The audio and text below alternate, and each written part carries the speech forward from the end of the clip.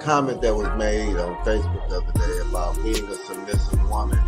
They were saying that a submissive woman controls her man, and I agree with that.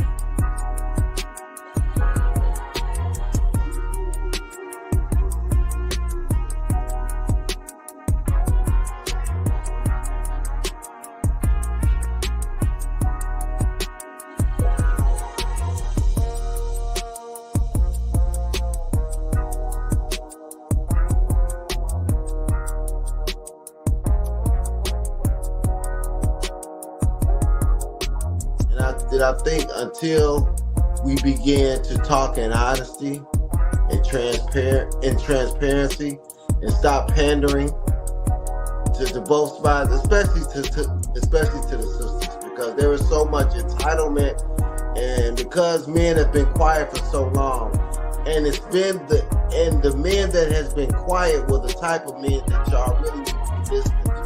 The men that doing the most talking ain't the ones, they don't have nothing to say anyway.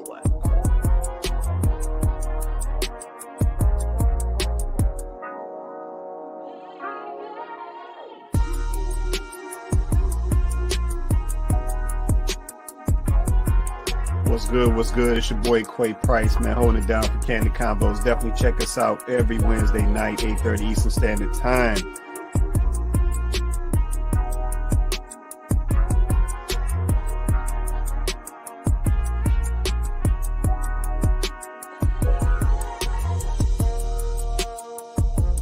People today, they lazy. Ain't nobody trying to put in no work. If stuff start getting a little rough in the relationship or in the marriage, ain't nobody trying to fix nothing. Like, I mean, that's how people's mindsets are today. Yeah, but that's how I know that folks don't truly understand what marriage was about, because they tap out way too easy. Yeah, you see people fight harder for a job, like they can't go get another one of them in 2 weeks.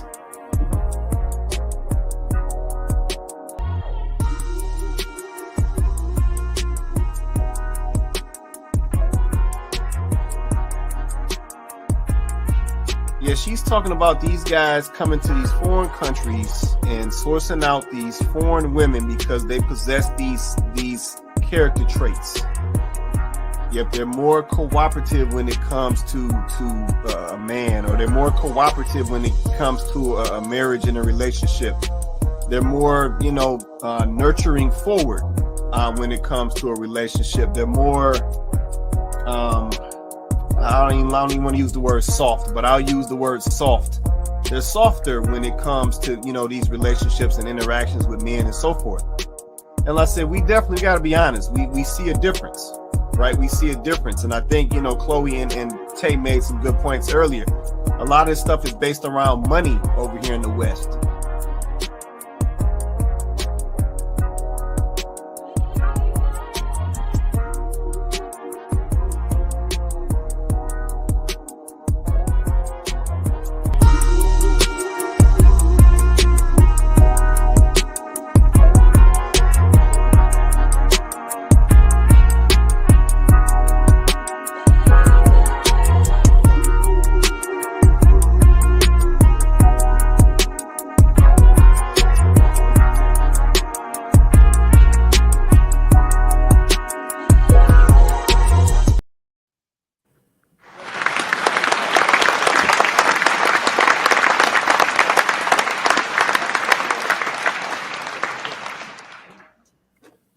What's good, everybody? Welcome back to Kandid Konvos. I'm your host, Quay Price. We got Chloe on deck. We got Vince on deck. Say what's up to the people, y'all.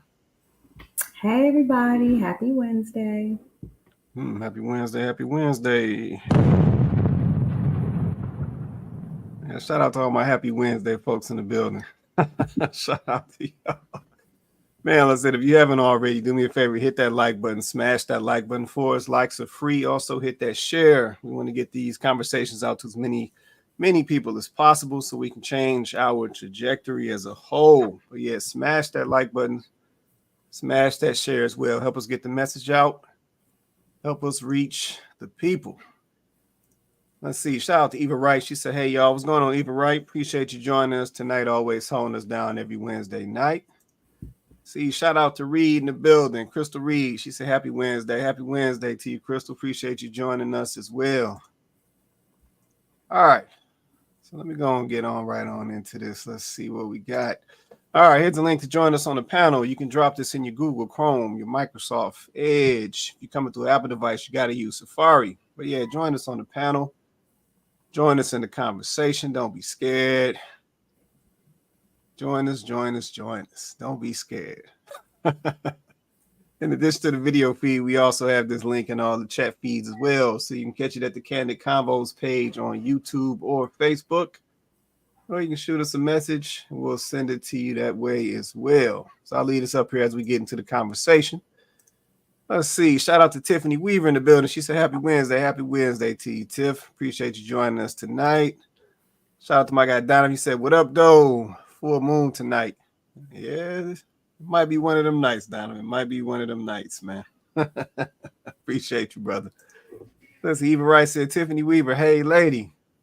Okay, y'all over here connecting all up in the comments. Tiffany Weaver, she said, what's going on with you? All right.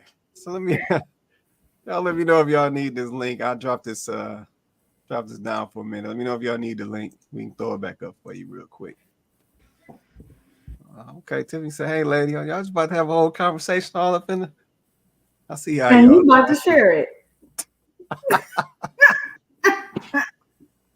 I see how y'all do. It's all good. We all peoples. Let's see. Shout out to Kenyatta in the building. She said, happy Wednesday. Happy Wednesday to you, Kenyatta. Appreciate that. Appreciate you. Let's see. Eva Wright said, we went to high school. No, I know Eva Wright. I know Tiffany. I can't say that. I know Tiffany Weaver. Yeah, we got history. I know Tiffany Weaver. We grew up together. That's small world out here. Small world. It ain't that small. We all know each other. All right. Let's go and get into this conversation. We got a couple things. I got a whole bunch of stuff back here. We got to see how this is about to play out. All right. Topic for tonight. Men, stop being stingy. And here y'all go with this. Topic for tonight. Men, stop being stingy.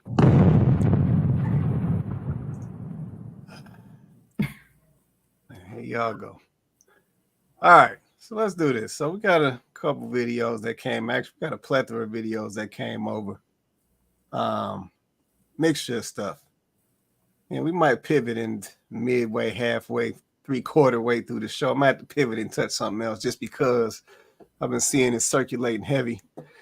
Yeah, we might do that as well. So we'll see how this all play out. So my guy JR. JR, what's going on, man? Is he there? How's everybody doing? Can you hear me? Yeah, I hear you, man. How you doing? You all right? Yeah, I'm all good, thanks. How are you lot doing today? Doing well, man. Doing well. What's that weather looking like over there, man? Oh, nice. Bad rain, heavy rain, man. You know what, JR, man? I'm gonna cancel my trip, man. Every time I ask you about this weather, man, you tell me it's You're raining. supposed to come over to the UK? Not now. I mean, you know what, JR? When you tell me it's sunny and warm, then I'm coming over there, man. But you keep saying cold and rainy. I ain't coming over there, man.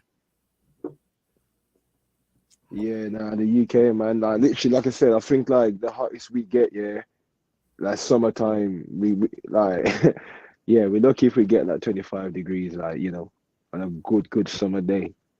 Okay. So, all right. Good to know, man. I'm gonna keep that in mind. All right, let me go ahead and get us into this conversation. Let's see. So we're going to pop off video number one. Topic. You say something, Chloe? You good? No. Oh, okay. Already. Topic for tonight: men, stop being stingy. DC's trash. I'm gonna tell you why. Go ahead, Allie. All right, so we went out to 4 different bars yesterday. Yeah, like lounges. They're all upscale. All upscale, all at really high-end hotels. Mm-hmm. And one thing that we observed is that men want to approach you. They will approach you. They were gonna approach you after you pay your tab. Yeah. it's a weird dating culture here. This is not like a New York. It's not like a Miami, where if men see you, they're like, you're beautiful, can I get you a drink? Can I get you something, right? It's over here, it's like they want to make conversation, and I do think this is related to being a minority, because we are not the beauty standard here. We are not the beauty standard. No. Not in DC. No. Anyway, let me not get into that. Go ahead, please. So pretty much we went to one lounge in particular. Mm-hmm. There's an energy convention going on. Mm-hmm. A lot of males. We were probably... I There's don't know. It's like four women. 4 women and like 25 men. Yeah. So we're thinking pickings are great. Like, we're not going to have to really pay for anything. Like, you know, and these are all men, literally business suits. Like, they are all dressed. Like, they look like they are, you know, loaded. Like, they look like they're very comfortable, okay? And this is a very nice hotel lounge, okay? They have no problem staring, though. No problem staring, honey. Because we were looking good. We were looking good. And my thing is, we're wrapping up the night, okay? No one's saying anything. We're just getting stares. I'm like, okay, well, we're just going to go then. So we, you know, pretty much the bill comes. Yes. And then one guy who's been eyeing Mara all night Mm. comes over, tells her, "You're so hot. I told my friends that I know you. That's why I'm staring." And he's like, well, can you stay? Like, I'll get you something top shelf. And I said, well, you know, we're actually about to leave. And we're actually about to close out the tab. So, I mean, if you want to cover this, you can. And if you want us to stay. But if not, like, we're just going to go. And he, what did he say? Go ahead. He put his hand out and he said, "No, I can't do that." I already told you girls, when a man says no to you, what the hell that means, okay? At this point, you're not even trying to impress. So I was like, okay, thank you for your no, and I'm gonna say no to you, so we're just gonna go then. So as we're leaving, he starts to chase me down, talking about, where are you going? And I said, well, you're not gonna pay, so why are we gonna stay?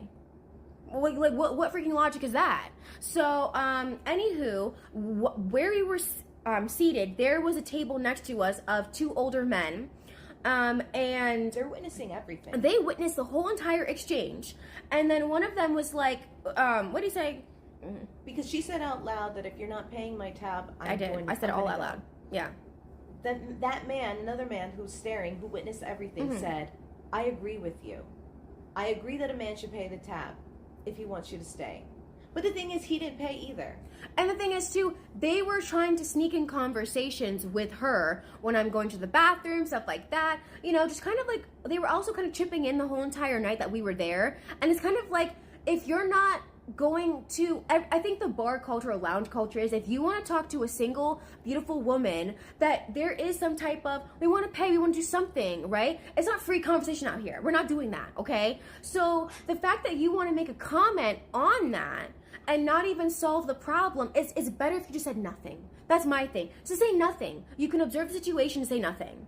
Okay, like, why even make a comment? That's what I think kind of like rubbed us the wrong way. And then we went to another place, and literally the same thing happened. We're about to leave. Our thing's already paid. We want you to stay. We want you to stay now. We'll get you whatever you want. And it's like, but we already paid. Were you going to solve the problem? No. Yeah? So we had a continuation literally throughout the night of men who would wait for our bill to already be there and or pay, then want to come at us with the whole whatever, okay? These were black men, these were white men, these were middle-aged men too at that, men with money, all of them talking about money, all of this, and it's like, sir, sit the F down. I'm sorry, but it's crazy. We had all this weaponized incompetence. We had men telling us that there are more beautiful women in San Diego and LA as they're also talking to us. So it's like, hello, are we not sitting next to you? Like, it was just so weird. It was strange. It was strange behavior. And it just shows that we're not wanted here. That's it. Compared to Miami, compared to New York City, I do not feel like there was the energy there, that we actually felt like we were wanted or desired, because the typical culture is, you want to talk to a single beautiful woman, the first thing out of your mouth is, oh my God, can I get you something? What are you girls here for tonight? Can I get you something? If you want to engage in conversation, but we're not about to be going back and forth all night, and then you're like, well, have a good one, let me get my tab. Like, that's not normal when we're dating in bigger cities. So we do not recommend it here. Bye.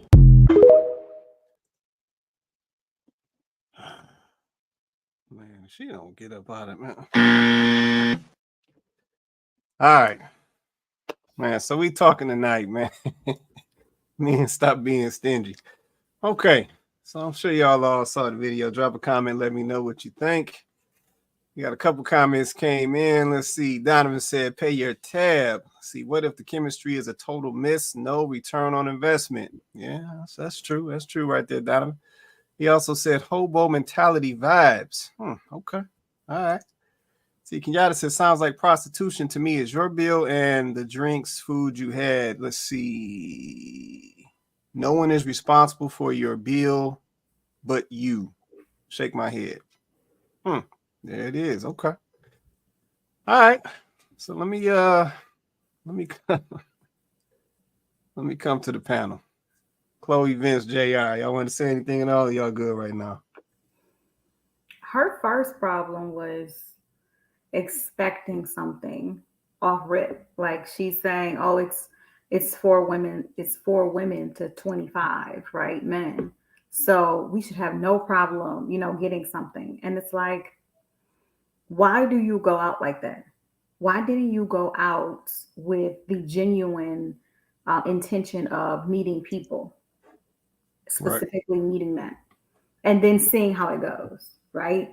But being totally and completely prepared to pay your bill and not be irritated about it. Like, it's the audacity, right? Those men didn't go out expecting to meet beautiful women that were going to pay their tab. They didn't expect to go out automatically knowing that they were going to get sex, right? But women go out expecting that they're not going to have to pay their tab. They're going to find some man somewhere that's going to be willing to pay for them. And I just think it's the audacity. Then get upset and irritated. First of all, you said it was a conference. So there's men probably from all over different cities, different states for this conference. Some of them may be married. Why would I want my married husband to be paying your tab?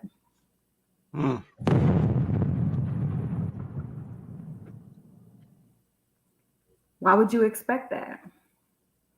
I mean, it's just the audacity. And then not only saying we should get something, right? Which she admitted that a couple of the men offered to buy them drinks, but that wasn't good enough, right? They wanted them to pay their whole tab. Regardless if they've been sitting with you, talking to you all night, you still want them to pay your whole tab.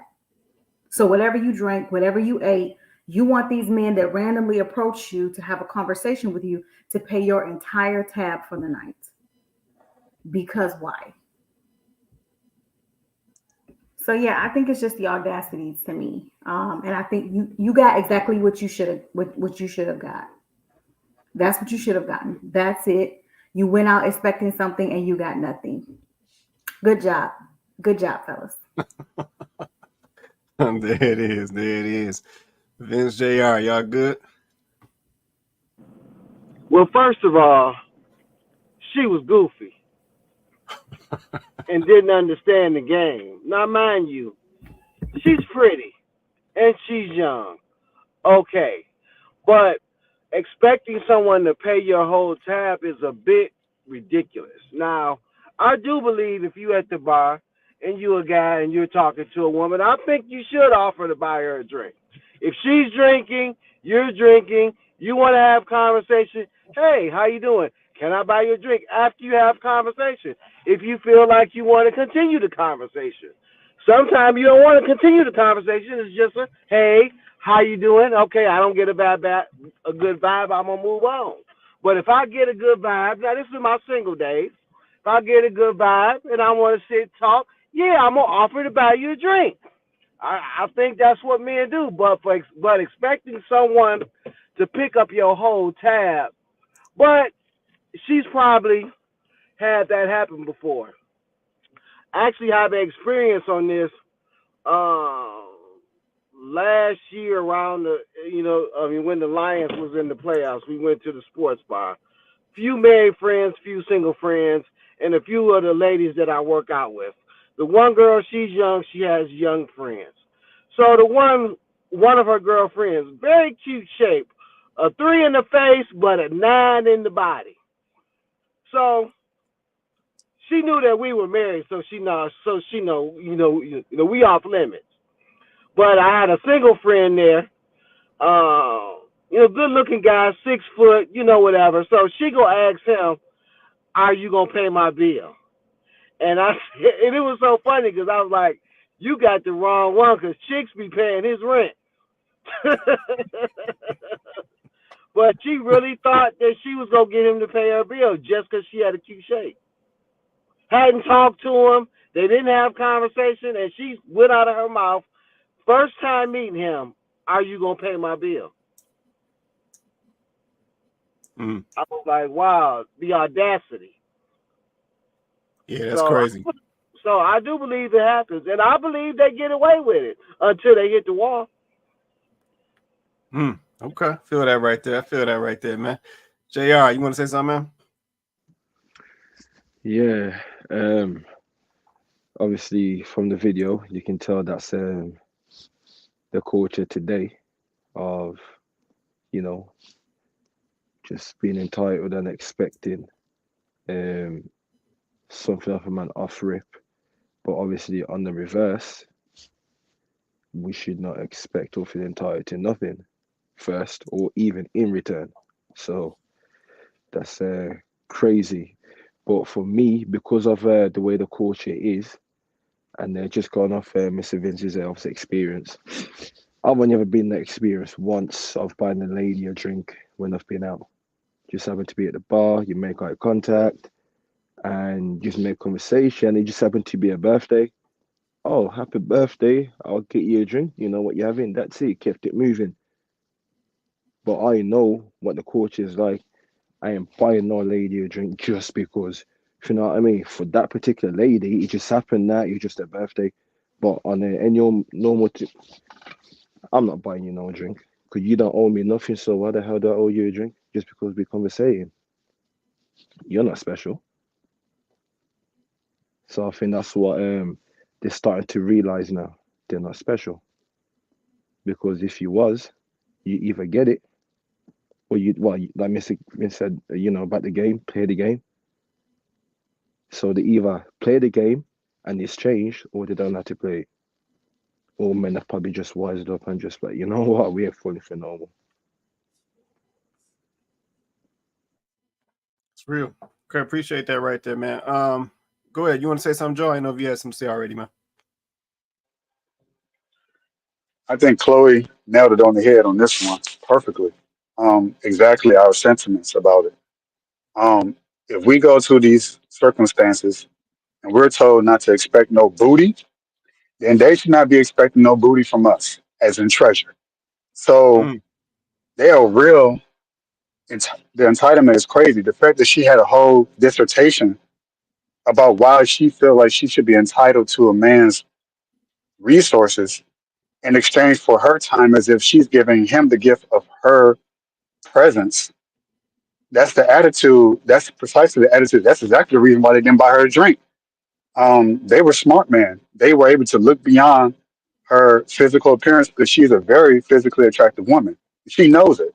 But then when you use that as not as leverage, but as almost like a weapon, as a tool of manipulation to try to get men to buy you things such as, well, not even a drink, it was an entire tab. So she wanted a man to pay her and her friends drinks, which, according to the circle she's running in, could have been somewhere at least $100, $200 easily between all of them, however many friends she thinks she has. So I'm assuming women that look like her, of her caliber, of her looks, that's what they were all expecting. So it's crazy that they have these expectations, but also at the same time, it's not so crazy because, like Vince said, she's gotten away with it more than once. So they don't just develop this kind of mentality out of nowhere. It's been more than enough men who have agreed to pay uh, for their time and their presence. And so she's up in arms about the fact that it didn't work this one time. So she's shocked about it. It's like what? I cannot believe these men didn't do what other men before them have done. So what is going on? Like, is it me or no? It's got to be them. So it's. I don't think she's going to have an issue finding men going forward in the future, even in spite of her public nature and her being this way entitled. there's always going to be a guy around the corner to do what those men didn't do. So kudos to them for not doing it. Unfortunately, there's not enough men who don't do it, and that's all I got to say about Right. that. No, I appreciate that right there, Joe. I think that's a big piece of it. And then the point that Vince made as well, that there are dudes who are doing this, you know what I'm saying? And that's helping to appeal to this expectation, you know what I'm saying, that some of these young ladies are popping up with, which I still think is crazy. Because some of these comments, Kenyatta said those overgrown men were not checking for those young girls, ladies. You know what, Kenyatta, and I agree with that. Yep, I agree with that. That's it, Yala. Yeah, I agree with that. Going back to the video, the young lady said a couple things that stood out in this particular space, right? So she said that, essentially, these guys would not engage until they paid their tab. So she mentioned that. She also mentioned that they were at this, energy conference, and it was about essentially 4 women and 25 professional men at this conference, right?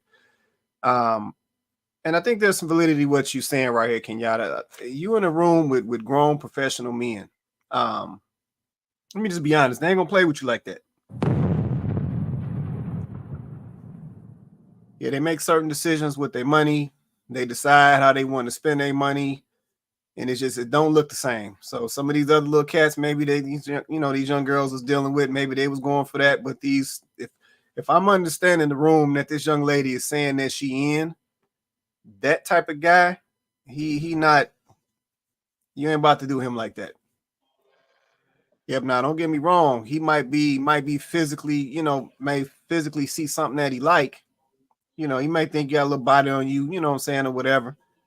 But you're not about to work him out like you probably used to working dudes out. So that's the first thing. So once again, like they say, know the room. she ain't know the room. She ain't know who was in that room. Another thing she said that was crazy. I'm about to say mute yourself for a minute, Joe. You got a little noise coming through. Another thing that she said that was crazy to me that I've heard before, but it's still crazy to hear. She said that her conversation is not free. So let me understand this. This mentality is crazy to me. Let me understand this. So we got a young lady saying that her conversation is not free. So essentially, a man has to pay for her time. That's basically what she's saying. I did see the word prostitution pop up on here, but a man has to pay for her time. So let me ask this, because I know we got a lot of ladies in the audience right now. Let me ask this. Ladies, what should y'all have to pay a man for? So if we're saying that a man has to pay this, he got to pay this young lady for her time. So she's not having no conversation with him for free. So essentially, he got to pay for it. What should a lady have to pay a man for? Or essentially, what should she have to do in return for said man? Yeah, so let's just entertain this hypothetically. So hypothetically, the man say, you know what? Okay, you saying I need to pay for your time. Okay, let me, like Vince said, let me go and buy you a drink. Let's kick it. What should that man get in return from that woman? Yeah, I'm just curious. Ladies, drop a comment. Let me know. If he's paying for the drink and he paying for your time and all of this, then what should you be paying him for? So I want to understand that. Conversation. Say that again. It's her She said there's no free conversations. It's her conversation. Wait. Hold up. Go and break that down. I need to hear this. Come on. It's her conversation. Like, she's the one with the innate value, right? She's a woman, right? You can't make this shit up.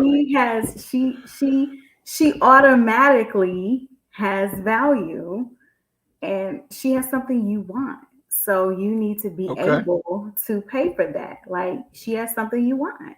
You want just to sit in her presence, like just being in her presence, just being able to absorb her aura, that costs. Okay. Wait, so okay. So let me come back at this again. So this guy is paying for your drink to what you say to be in to get this conversation, to be in her aura and all of this Free stuff, right? conversations of 2024.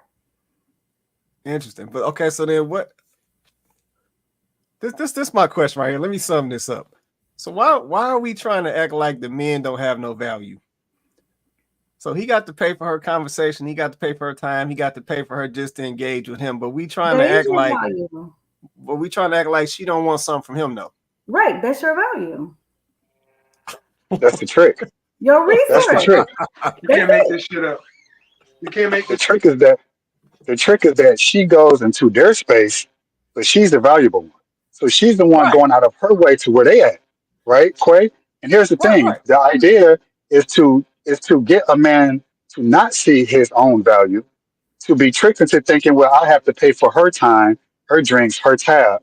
And for a lot of women, at least in America, it's been very successful to convince men that they don't have this innate value that we have been taught that women do have, that we have to earn, that we have to acquire by other means. But even if we acquire those such things, be it money, status, career, and position like those men, even that's not enough. So she goes in with the mindset with how dare they think that they have how they have the audacity to think that they have any self worth that's greater than what I deem it to be. So that's really so they foiled her plan, so to speak. And it's rare that happens this way. Usually it goes successfully for a woman that looks like her, that carries herself that way. In fact, if she was smart, she would have played the long game, paid her own tab, got in with the fellas, networked, and then eventually the man would have came around to paying her tab anyways. But she got too fast. She was too quick. Well, I shouldn't have said that, but that's the truth. If she was smart and she was patient, she could have got around that. But because she was jumping at the gun, then they saw it's like, someone pull out a weapon, it's like immediately your instinct is to be defensive. But if you kind of bring them around, show them around, you slowly have them trusting you. If she played the long game, she would have been successful. But she's not very smart in the way she's playing this manipulation game. I'm not saying she should do it, but if she had some patience, she could have got away with it. But this just goes to show what happens when a dumb, foolish-minded woman is looking for something and she's not smart in getting the things that she wants, which includes tricking the man to get the things that she wants. Trick him to believe he's not worth anything. Even with his money, cars, clothes, his success, they don't mean shit. I'm the woman because I got this innate value. I got you, and that's crazy. Go ahead, Chloe. They lost because they went into the scenario thinking that they had the upper hand, kind of building off what Joe said, thinking they had the upper hand, right? That's why she mentioned it was 4-25. Right. They were overconfident. They thought, oh, this should be easy because it's 4 of us. All of the men in here are going to be fighting for an opportunity to pick up our check. So already you're overvaluing yourself. And like kind of piggybacking off what Joe said, you assumed that these are men that don't have any type of discipline or don't have a certain level of confidence and self-respect. But if they're there for an energy conference, these men are intelligent and obviously disciplined because they didn't get to where they are by not being disciplined. So I just think that she overplayed it, right? Instead of doing like Joe said, going in and working the room, you're right. You are 4 of 25. So even just for you to be in the room, men they want something beautiful to look at. So even if they didn't even want to kick it with you like that, even if they didn't want anything more than just conversation, just to have, a woman around because it was all these men, you messed that up by not just being cool. Why you didn't just show up and just be cool? Just be, like Joe said, just network, just have a conversation. Hey, where are you guys from? Just talking, right? Like they probably, I guess I just don't understand why women don't get this, right? They're always so confused. Oh, here I go. They're always so confused about why the attractive, successful man marries the average looking chick. They're always so confused about that. Like that burns them. They can't get it. They don't understand it, right? Yet they think they are owed something that they haven't proven themselves to be worthy of. And they just don't get it. If she would have humbled herself a little bit and came down off of her pretty privileged horse, then she probably would have gotten everything she wanted to get out of those men, plus some. But she was too busy thinking she deserved everything that she ended up with nothing, which is exactly what she should have got, which is a good job, fellas. Yeah, that's Imagine real. if she had just, if she had took the time to, if she went out of her way to talk to those men and just kind of work this circle, be radiant, be feminine, be sweet, and not expect anything, I guarantee you at least half of them would have eventually, even that night, come around. Oh, wait, she came up to me. She came and talked to me. If she was just real smooth with it, real seductive and sensual with it, like it was so easy to play. So she was right to go in that environment for against 20, but she thought it was going to be the flip. She thought they was going to be chasing her, but she should have went in going there at least given the illusion of chasing them and let them then turn around. And so if she wanted to play the game that way, that would have been so smart, but she didn't do it. So, yeah, no, she messed that one up. Let me ask this question, then I'm gonna come to Vince because I said I'm always trying to understand this stuff, right? Because we have a lot of conversations around relationships. You know what I'm saying? Getting folks together. Establishing marriage. Marriages and whatnot. But I continue to hear some of these same things, and I'm trying to understand where do they come from. Another thing that I keep hearing is just it's throwing me. It's like, why do some ladies today have such a hard time paying a bill? Like, I don't understand that.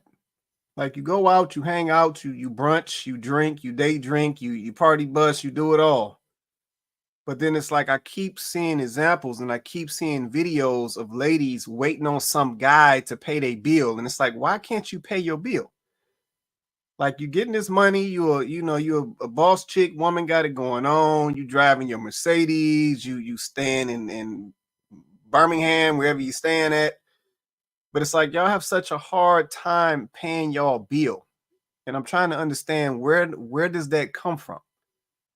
Because you know what you ordered, you know what you eating, you know how many glasses of wine you got, you know all of that. So you already know you done ran your bill up. So it's like, why do you have such a hard time paying your bill? Like, why are you always looking for some guy, regardless if this guy has any attachment to you, any interest in you? You always looking for some guy, a complete stranger, to try to get him to pay your bill. It's like, why you can't pay your bill? Because y'all keep saying, I see the videos. Because we see a lot of videos on this show. I mean, everybody rich out here. Yeah, you got 9, 10 businesses. You selling clothes, lashes, bundles, you name it. Slim tea, tucking tea, all you doing all of that. Travel agent, virtual travel, you doing all of that. Yeah, so why is this such an issue? Why is it such an issue with young ladies today? Not all, but a lot of young ladies, especially in these videos, with them paying a bill. Like, I just don't understand. I'm trying to understand where's the mentality come from. Let me check back in with Vince. Vince, you still there, man? Yes, sir. I'm gonna have to come back to my comment. My son is in the car, so I have to shoot y'all a comment in about 10 minutes. All right, no problem, man. All right. No problem. So yeah, now I just want to understand that. I don't get it. Let's see. Kenyatta said entitlement is a beast for some of these women. Yeah, no, it's wild. Yeah, it's wild. Yeah, but I'm trying to really understand where the mindset comes from because it's permeating through a lot of folks these days. Yeah, I see a lot of videos or instances where young ladies are trying to, and this the funny thing about it.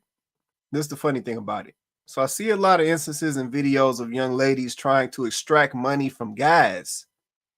But then at the same time, I see a lot of videos of young ladies talking about they don't like the fact that these dudes be trying to extract sex from them. And I'm like, how that work? So you just what gonna they say keep is not extracting equivalent. money from this dude, and you want this dude to pay the bills and this and that before there's anything established between the two of y'all. But then you want to then in the same breath come back and say, you don't want this dude extracting no sexual nothing from you. Like, how does that work? So I'm trying to understand the mindset. Go ahead, Joe. I was just saying that their argument would be it's not the equivalent. Oh, you can't compare my body to your resources. Not considering the fact that we have to sacrifice our bodies to acquire those resources. Those resources don't come out of thin air. A lot of us out here working hard, taking the risk, struggling, going through hell, putting our minds and bodies, not just even our bodies, our minds and bodies at risk, going through turmoil to acquire these resources that you think is not equivalent to you, I guess, opening up your legs. But that's literally how we think. Oh, you want this? Okay, you want quid pro quo, tit for tat. You want money for sex. Oh, it's not the same. How is it not the same? My body. So it's just a complete disrespect and disregard for a man's a man's worth and value, and looking at money as it just falls from the sky, I guess. But then also another part is to where the mindset comes from. Well, sugar and spice, it's something about girls and sugar and spice and everything's nice. So it starts from a very young age. You're treated as such, and boys are treated as like second to women or to little girls. And so you got the guys thinking the women are princesses, the women think that they're Disney princesses, every single one of them, even the ones that don't look like the lady in the video who look far below her. So it's like that's really where it comes from. It starts from childhood. Okay. No, I feel that right there. Appreciate that. Let me get some more of these comments real quick. See, Eva Wright said because they're brokies. If they weren't, it wouldn't be an issue. Yeah, you know what, Yvette? I can't oh my bad, I'm slipping. You know what, Eva? I can't disagree. It's starting to look that way. It's starting to look that way. It's like we out here fronting, you know what I'm saying? Driving around these little cars we probably barely can pay the notes on, wearing these little brands because, you know, that's going to make us appear to somebody a certain way. But then in the back end, that money really ain't there like that. Yeah, because I'm just like, when you really got it like that, you ain't trying to get away and pay no bill. Yep, somebody else don't even come up when the bill get dropped on the table. You whip your card out, whip your cash out, and go and close it out. Like, ain't nobody looking around trying to see somebody can pay my bill. Like, nah, I know I just ran up the check. Yeah, I had a couple whiskeys and whatever else. Like, I'm not looking for nobody else to pay it. So I'm like, I'm just trying to understand, like, where's this mentality come from? It's wild. Shout out to my guy J.U. Griffin. He said, Quay, if modern women paid their bill, it would mean they were accountable for something. You know what, J.U.? That's real right there. That's real right there. We talk about this accountability all the time, man. That's real. Appreciate that comment, man. Appreciate that comment. All right. Let me leave it at that. I got a slide or something because we got a list of videos on here. Somebody sent over. We got a pop balloon down here. I think it's for one piece. I'm a fast forward to the piece that's for this question and for this conversation. Single guy.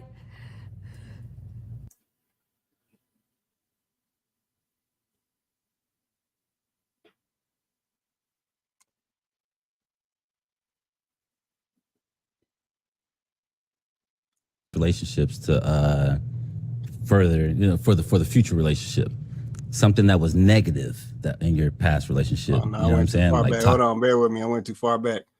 Look, I think it's the young lady in the white shirt. So let me I'm gonna try to get up to her.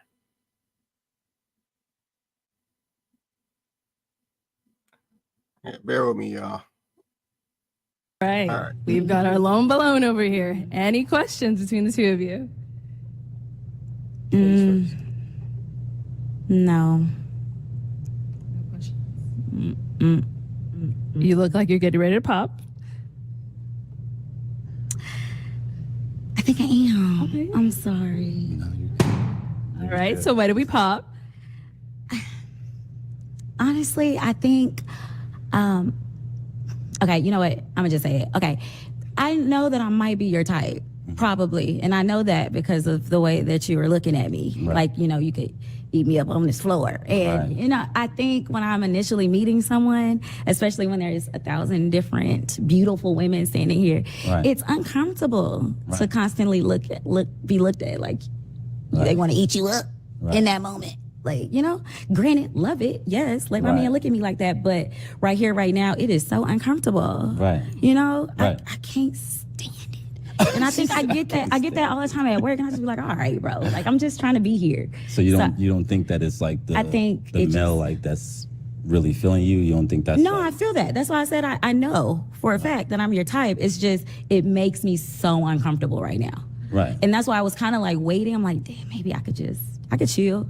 Right, is he your type? My friends are gonna say I don't really have a type. So, everyone looks different. Love is love. You feel me? Right. So, there's that.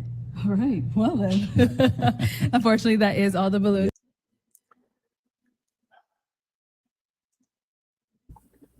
All right.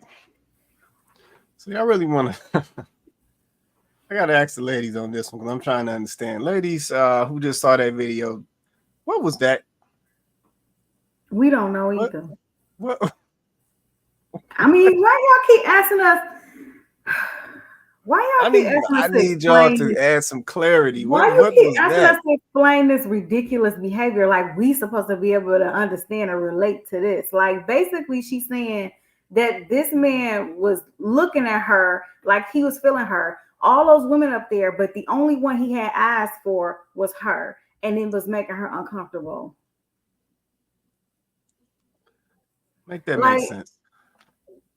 Somebody else, maybe it's another lady in the comments that can help you because I don't understand it. She grated my nerves the whole episode. Let me get some of these comments. I really want to understand this. Let's see, Jay, you said, you popped your balloon because you knew he found you attractive. What is going on here? Jay, man, that's what I'm trying to figure out. Yeah, that's what I'm trying to figure out. So, once again, we see a lot of videos. I see a lot of context, and I see ladies say that all the time. Dudes ain't showing interest. The dudes ain't being aggressive, this and that. They don't approach. So then now you're in a situation where the man is showing you some interest, and you can see it, but then it's still a problem. I don't know, JU. I don't know, man. Let's even right. She's tripping. She knew where she was going. Let's see. Why would she want to be looked at but not be looked at? Shake my head. Yeah, I don't get it. I don't get it even right. It don't make sense to me. And I'm trying to understand the mentality because I think a lot of this stuff is what's keeping folks single, keeping them separate. But it's like we don't see some of the faults in our ways with some of this stuff. Kenyatta said it must be a Gen Z thing. It might be, Kenyatta, because I don't get it. I might have to run that clip back. I don't understand it. See, Donovan, emotionally damaged. Okay. Well, it could be some of that in there as well. Let's see. He said lack of self-esteem. Definitely might be in there. See, indecisive. Definitely might be in there as well. Tiffany Weaver said, let's see, she was getting on my nerves the whole show. Okay, so you saw that one. She was getting on my nerves the whole show with her weird explanations for popping the balloons. Yeah, no, it's just, it's wild. It's wild. And I said, I just don't understand it. Let's see, Donovan, she can't make decisions without her girls' input. Yeah, she could be that. She did throw her girls out there talking about they would say she wouldn't, might not have a type and all that.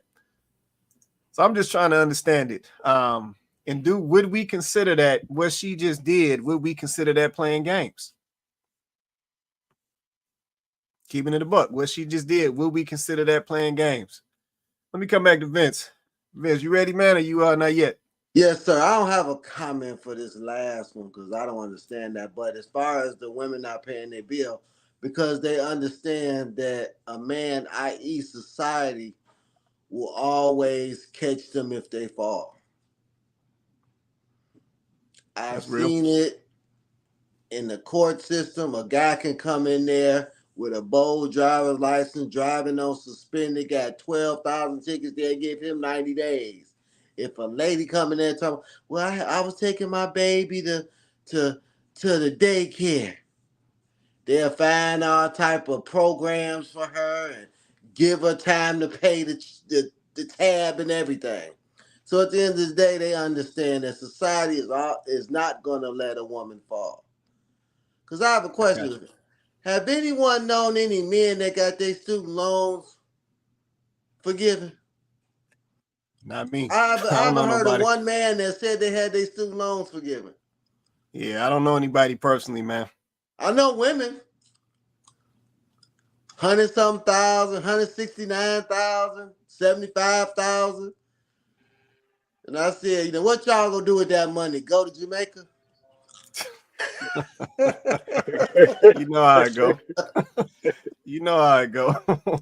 Let me get some more of these comments, man. Let's see. Even Wright said, let's see. Yes, seems like she just wanted to be on the show or something. Something isn't right. Yeah, no, Even Wright. No, like I said, it definitely was not right. And I'm just trying to understand where it comes from. Because this is the thing. Let me put it this way. I'm wondering, do we understand that by some of our actions that there's going to be repercussions? Yeah, so even using a young lady in video number 2 as an example, if guys continue to show you interest, you know, they ain't goofies, they not disrespectful, they're approaching you, you know what I'm saying, as mature men, being respectful about it, and we continue to reject these guys, then guys, especially today, are going to get to a point where they just going to not approach you at all, which we see the videos. The ladies are talking about that. These dudes don't be approaching them. They don't be wanting to take them on dates. Like, they don't be wanting to buy them no drinks. We just saw that video. They don't want to buy them no drinks. Like, that's a repercussion for some of the things that's been happening prior. If dudes are tired of getting played, getting used, getting ran over, getting their pockets emptied out, like, they're tired of that. So there's going to be repercussions. Yeah, but sometimes I wonder, do we realize that? Yep, do we realize that? Yep, as we continue to do some of these things, this entitlement, this, you got to pay for my time, all of this other stuff that's going on. If we continue to do some of these things, the opposite sex just going to cut it off. It's going to be like, you know what, I'm good. Yeah, I go kick up my fellas. We watch this game, grab these cigars and call it a day, forget these chicks. That's going to be the mentality. So it's like, we got to consider that while we out here doing some of the stuff we doing, we got to consider that there's repercussions to those actions. And long term, we may not like the results. And we got to keep it a buck. Let me go ahead, Joe. Then I'm gonna keep it moving. Go ahead, Joe. If I'm not mistaken, I think she was the flight attendant, correct? She was. Okay. So as you know, we can tell a lot about a person and their character a lot of times based on the career of choice that they have. She's very flighty. She's a flighty person. I've been on planes. These women come and go. She's the Mile High Club girl. That's what she is. She's not used to that intense, focused attention from a male, which is normal, which is natural. She's used to here today, gone tomorrow. That's what she's about. That's what time she's on. So for her to be stationary and to have that kind of attention from a man, that level of intensity, that made her uncomfortable. I don't think it's a game that she's playing. I think that's just her psychology. She's been molded and shaped over the years in her career and profession that's the lifestyle that she has. She can't by the nature of her work, can't have a long-term stable relationship because of the work that she does. Secondly, she what was I going to say? Um, well, that's it for now. Okay, hold that thought, man. Hold that thought. Let's see. Kenyatta says she did not find him attractive, so instead of her just saying it, she put it back on him. Yeah, listen, that could have been wrapped up in there as well. But you know what, Kenyatta, especially being on the show, just say that. Yeah, it ain't hurt nothing. Just tell my man you're not physically attracted to him or whatever it is, if that's what it is, and just say that and keep it moving. And my man would have went on and went about his way. But yeah, like I said, I think we got to be mindful of our actions and what we out here doing. Because I said this stuff is going to have repercussions. Yep, and then we will be back later making another video talking about how it's playing out, and I can't get no hollers, and dudes don't want to do this, don't want to do that, and it's like, what do you expect?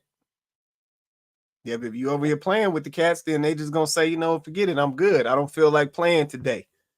Yeah, don't get me wrong. Sometimes a dude get in the mood, he feel like playing, he don't mind being bothered that day. But then the next day, he like, I ain't got time to be playing with you. So if you ain't coming correct, then we can go and wrap that up. You going about your way.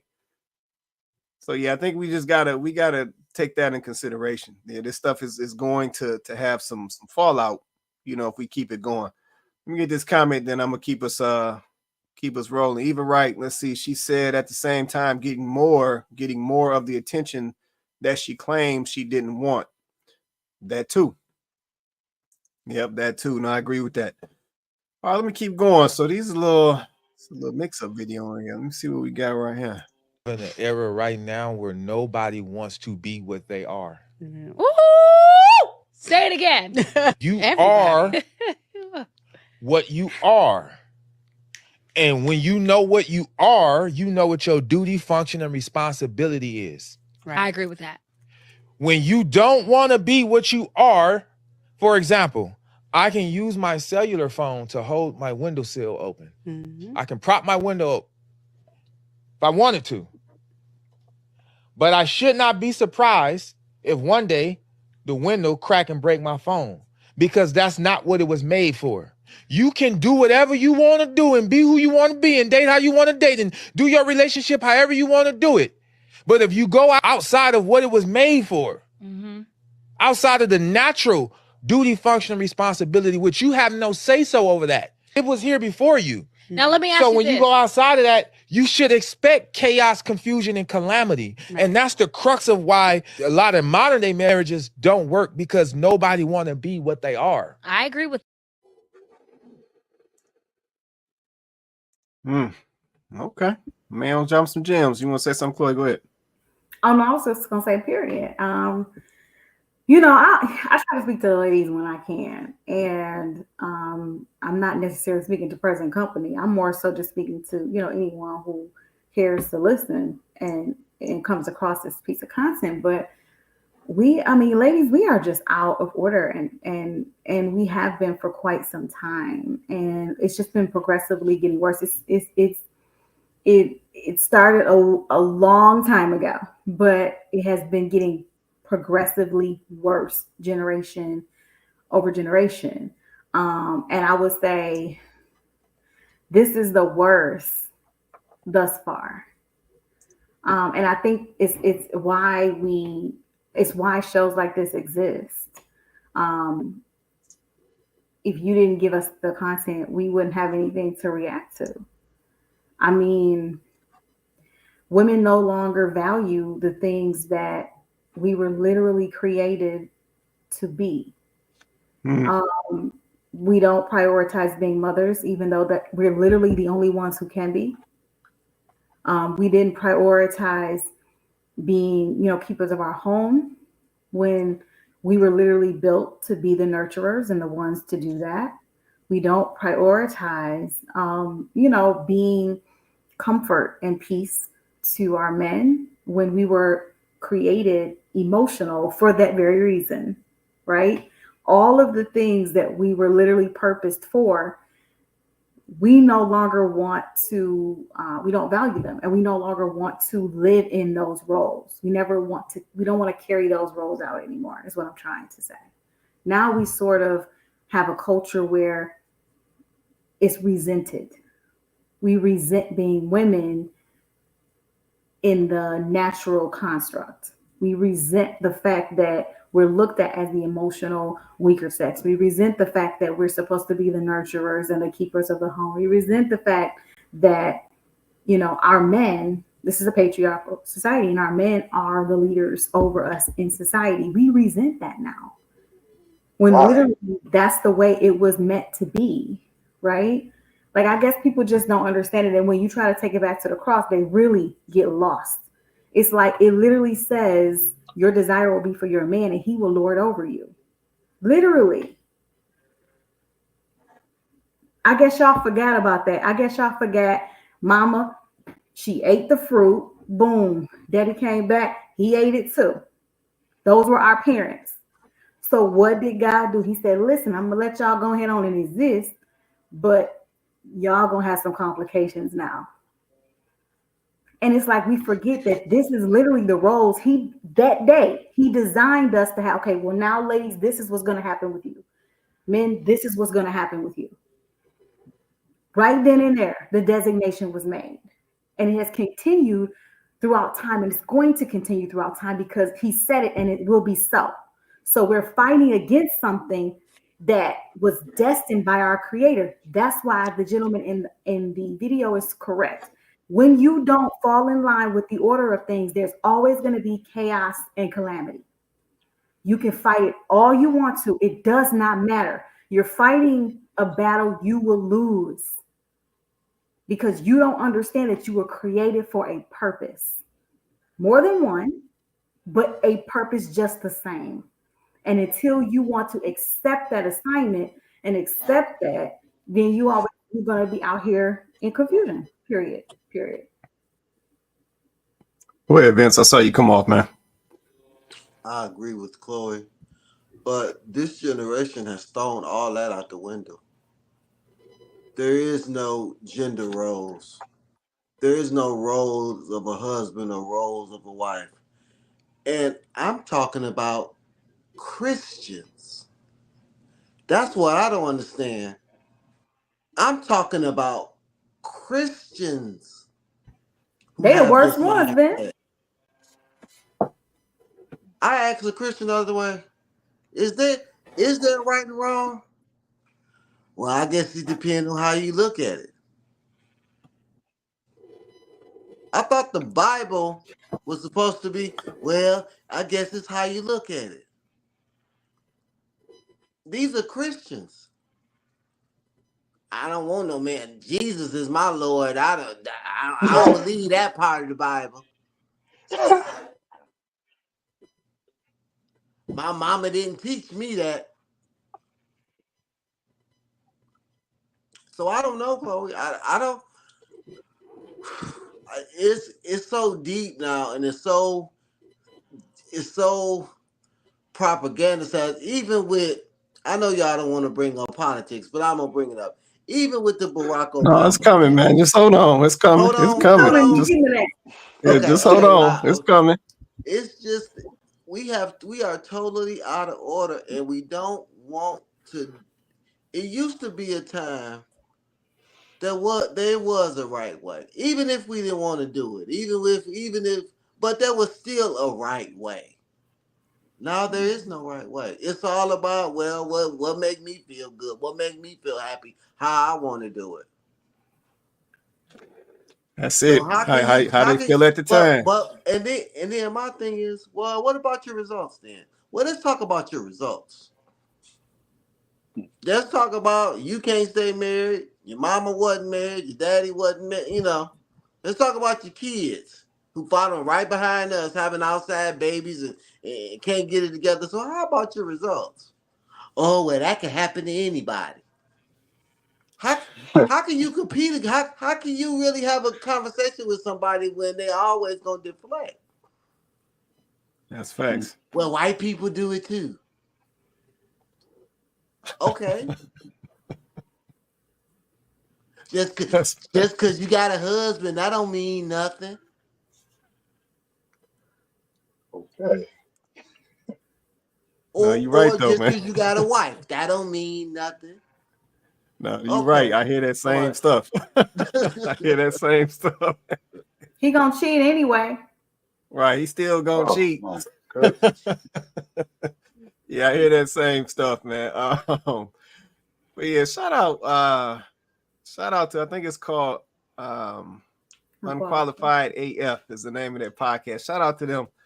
Shout out to brother, because he be dropping some gems on there. He's absolutely right. Yeah, a lot of folks today are definitely out of order. Yeah, and that's why we're seeing a lot of the stuff that we're seeing today. We don't understand what we're supposed to be doing. We don't understand what our roles are. We don't understand. Man, we don't even understand what our purpose is. No idea. They have no idea. Yeah, but just to touch on something you said, Vince, you were saying that, that there's really no gender roles today. I almost beg to differ on that, Vince. And the reason I'll say that is because as funny as it sounds, we still got gender roles. We just want to pick and choose what they are. Oh, that's a good point. So you still see ladies when that trash gets stacking up, they still look over there at that man. Yeah, you still see ladies when that car get to acting up, they look over at that man. Yeah, you see fellas when they get hungry, they look over there at that woman. Yeah, them kids get to acting crazy, some of these dudes look over at that woman. We still got gender roles. When he pull up, when that grass get to getting rough, she's still looking at him to figure out how to get that grass cut. Yeah, we still got gender roles, but we just want to pick and choose which ones we want to do and when we want to do them. If that's the difference. See, before people just knew what they needed to do and what their position was. So as soon as it happened, they just went and jumped on it. Yeah, as soon as the car started making a noise, daddy just went and handled that. Mama didn't have to say nothing. Yeah, when Pops came home from work, Mama just went on and threw a meal together. Pops didn't have to say nothing. But see, now we want to pick and choose. Now when Pops come home, well, I don't feel like cooking. Yep, now when the car get to acting up, now I don't know if I... Yeah, see, we want to pick and choose now. Yeah, but that's the difference. And that's why I think, once again, us not understanding our positions and our roles, because at the end of the day, there's always been gender roles and there always will be. Yeah, but us wanting to front like we don't understand that, I think that's one of the reasons why we see so much chaos in these relationships, or these non-existent relationships for that matter. Because yeah, you can front all you want. Yeah, you can front cap all you want. But what I understand is eventually it's gonna come back to get you. Yeah, but it's gonna come back to get you at some point. Like Vince said, we can look at your results. Yeah, you want to complain about not doing this, not doing that. Okay, well, you can do that all you want to by yourself. And then eventually you're gonna be like, I might want to spin the block. Yeah, I know. Eventually it's gonna come back. So yeah, I think we got to get real out here. Brother was spot on though. Yeah, he was spot on with that. You got to understand what is your position and what is your role and what are you supposed to be doing.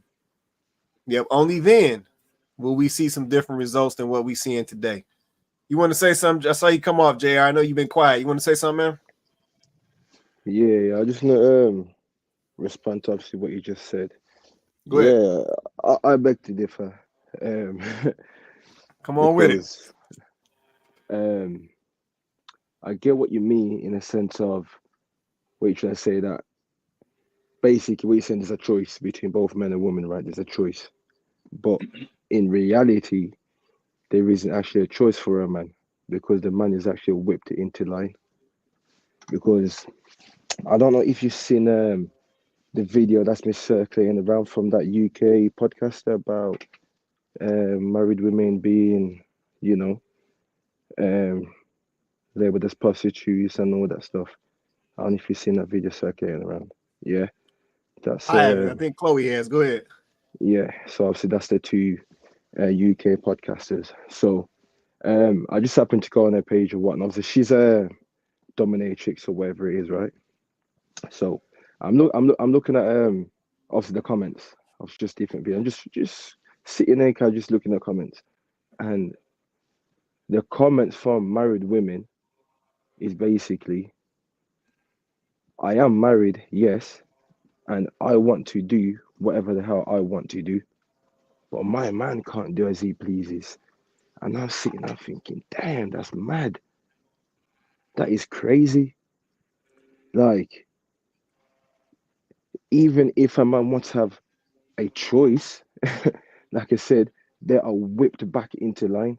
And when I say they're whipped back into line, there's multiple things that can whip them back into line, whether it be divorce, whether I want to take your kids away from you, just multiple things. And like I said, I get what the guy is saying in the video, right? And that's what I always try to say, where that's where we should get to.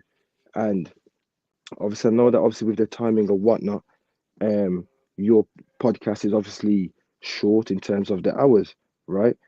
There's other podcasters that I do sit down and watch. They do like, marathons, like 7 hours, 10 hours, like, so Right. You know, you got the time to obviously sit down and mine out talking points or, you know, what people are saying and whatnot and get to the crux of it, you know. So unfortunately, we don't really get that time to break it down. And like I've always said previously, where, you know, when I always ask you the question of between both genders, who needs to come back on side? When I watch other podcasts and they're breaking it down, yes, both men and women, we aren't perfect because no one's perfect, right? So that's not me to say that men don't have their own problems that they don't bring to women, because we do. We have our own problems that we bring to women. But what I'm saying is the problems that women bring to men outweighs the problem that we bring to them. But it seems as if that it's the men that are the problem. But it's like, how? You drank the Kool-Aid first, and we had no choice but to drink it. You had the choice not to drink it. We was forced to drink it. But they didn't get forced to drink it. They chose to drink it. But in order for us to align with women, we had no choice but to also drink the Kool-Aid, where it's gone into obviously the murky waters of, like we will say, you know, women obviously sexual liberation. Why are men choosing to engage in that? But hold on, the men of the past, they wasn't told to not have sex, but the men of today getting told don't have sex.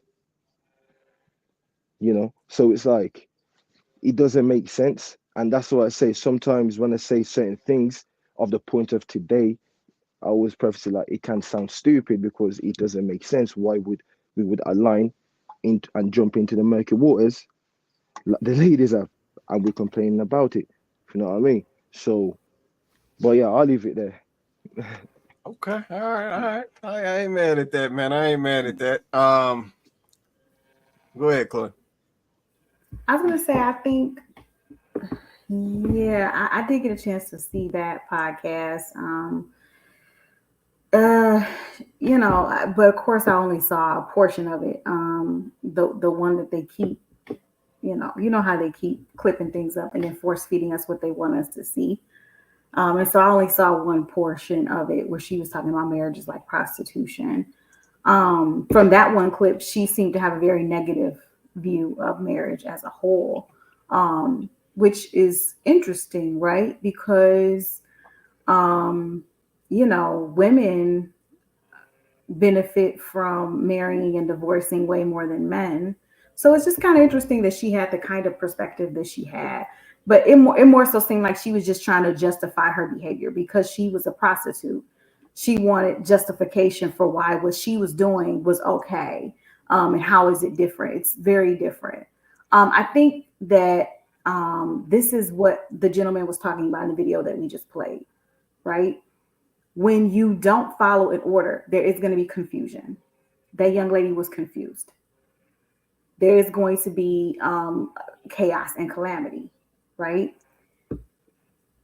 The reason why I, as a person, I can't speak for anyone else, I look to the men in our community is because I'm supposed to be able to.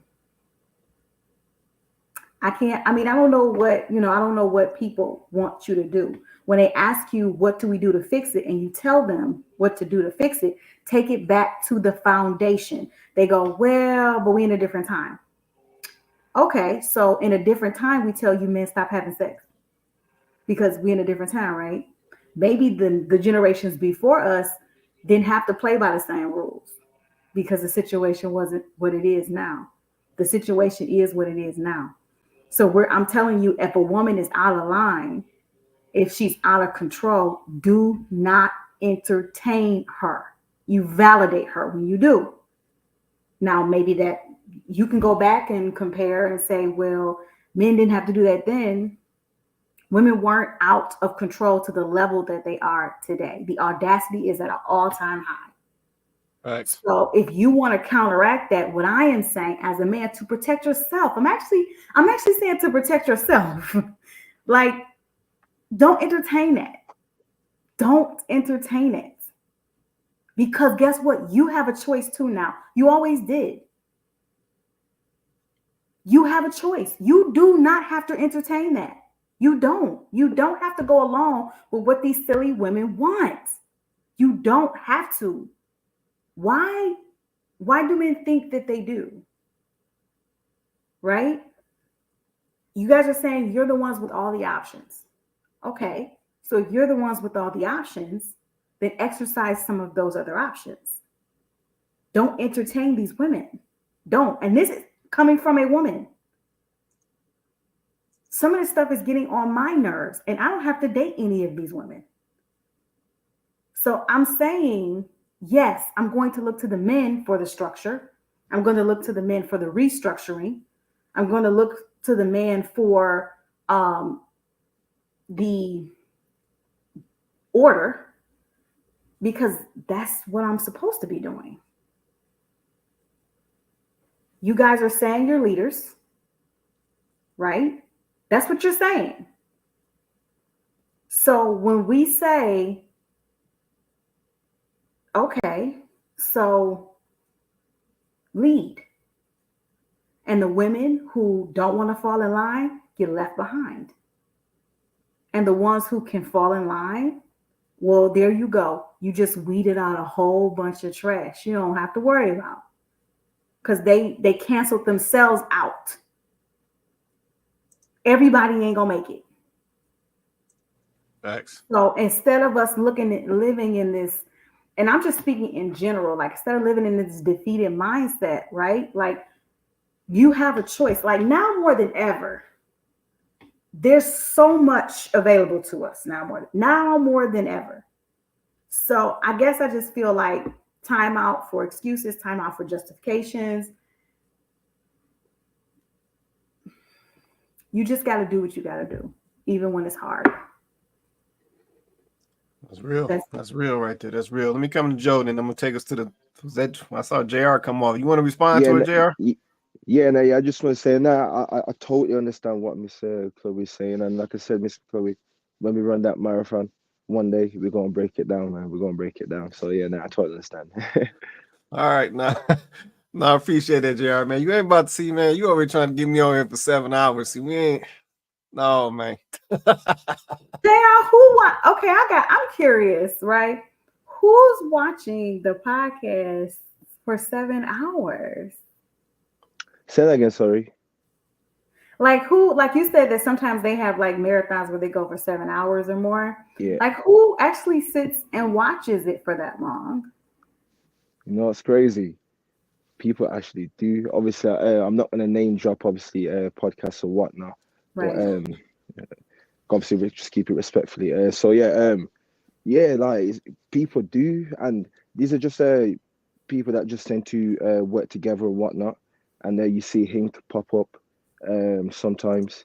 I've jumped in a panel with him where we just chopped up here and there and that on the particular panel and whatnot.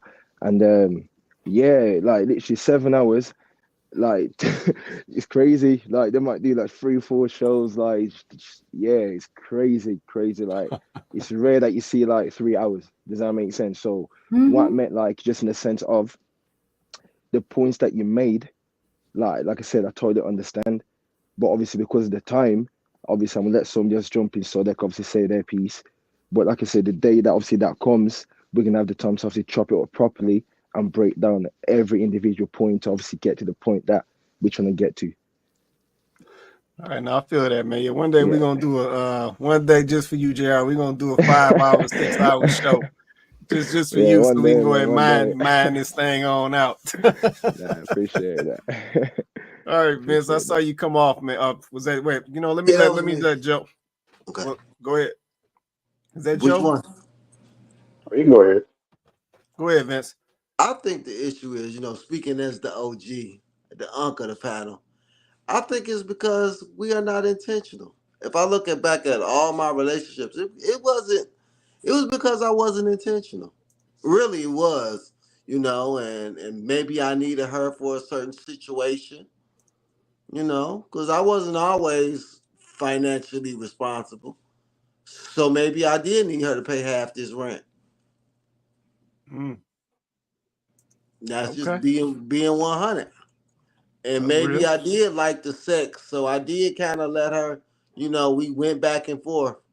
But when you become more intentional, you don't waste a lot of time. I think that's the issue. We waste too much time with the wrong person. I hear that too many times. Oh, I was with this person for 6 years, 7 years, 8 years, 4 years, 3 years. I helped him raise his kids. I didn't even really think about getting married until year 5. Oh, I didn't really know if I wanted to be married. But we lived together. We had a child together. We had bills together. I mean, some of this stuff we got to put on ourselves. And if you dig deep into the conversation, most of the time people just playing around. They're not being intentional. Or how long you been with it? Oh, we've been together 5 years and we still working it out.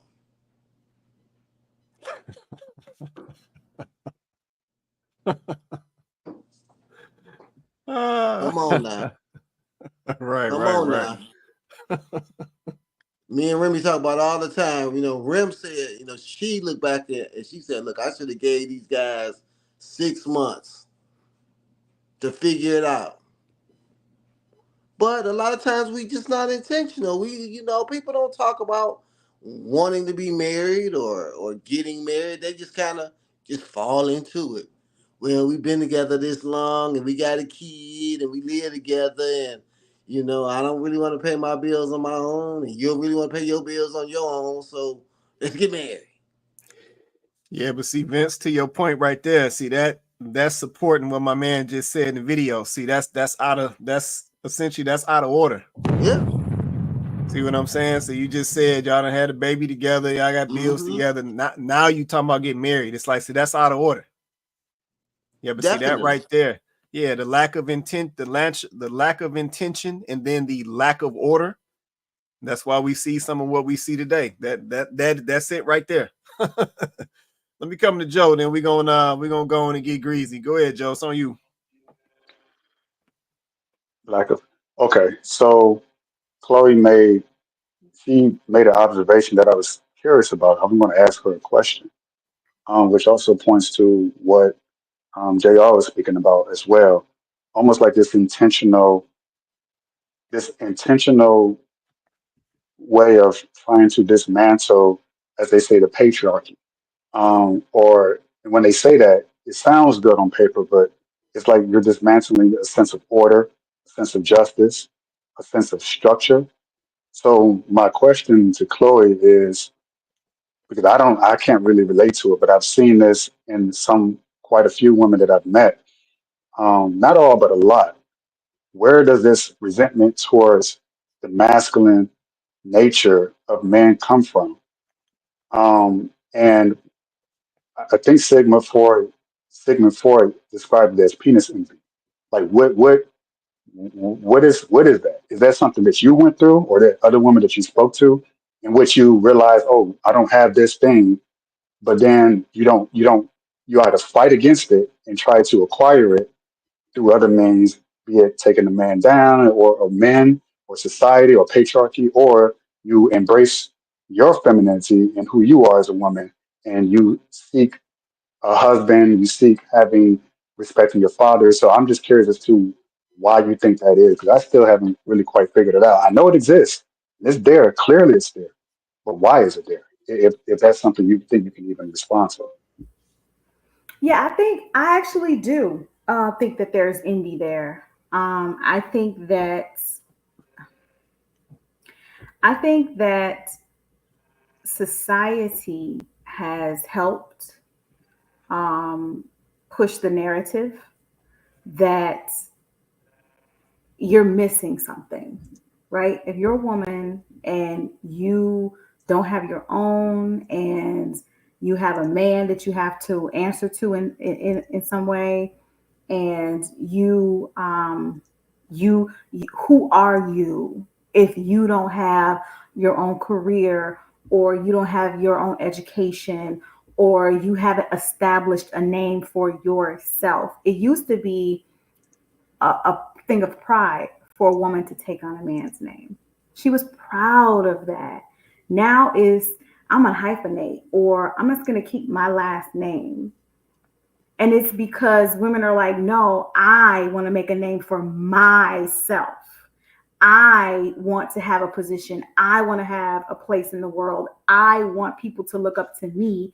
Basically, all of the things that men typically, the role that men typically played in society, they want that same thing. They want to have that same claim, right? And I think it's because, once again, it's out of order, right? Women are struggling with the natural order of things, and that's intentional. It's intentional, right? As women, sometimes we can be very easily manipulated.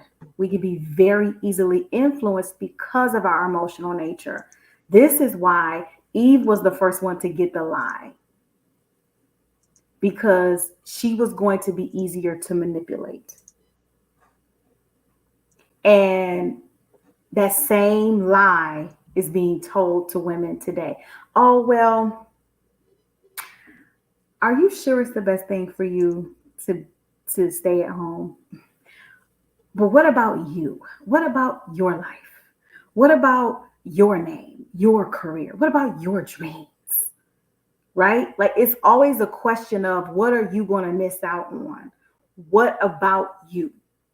Even though there's absolutely nothing wrong with deciding, well, but I want to be the manager of our legacy. I want to be the person that my family knows that they can come to when they need.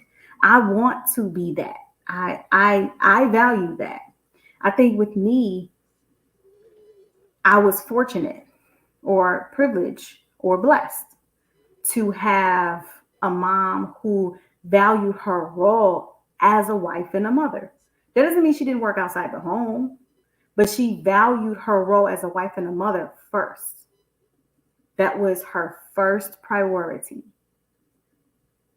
And because of that, that's how I learned how to prioritize my family. Now, I'll be honest with you, though, when I first went out into the world, after I got out of school, I definitely allowed the narrative to kind of speak to me a little bit. And I lost focus for a while.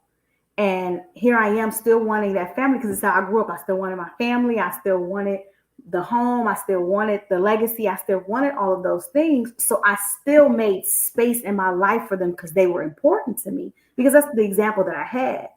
But I still had this, but I still got to have, I still want this. I still want this. I still want that. You know what I'm saying? And it was a bit of an identity crisis when I said, but wait, I have to realize that I'm upside down now.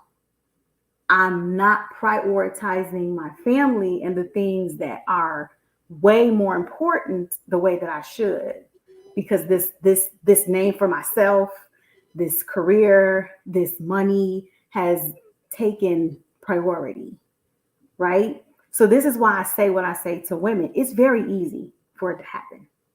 It's very easy, because the minute I said, okay, I'm gonna walk away from my career because I have to prioritize my family, this is something that I need to do. It was, well, why are you leaving? What are you going to do? What if he leaves you? What if he dies? What you stupid? What are you? Isn't it irresponsible? You putting all the way. It's those types of things.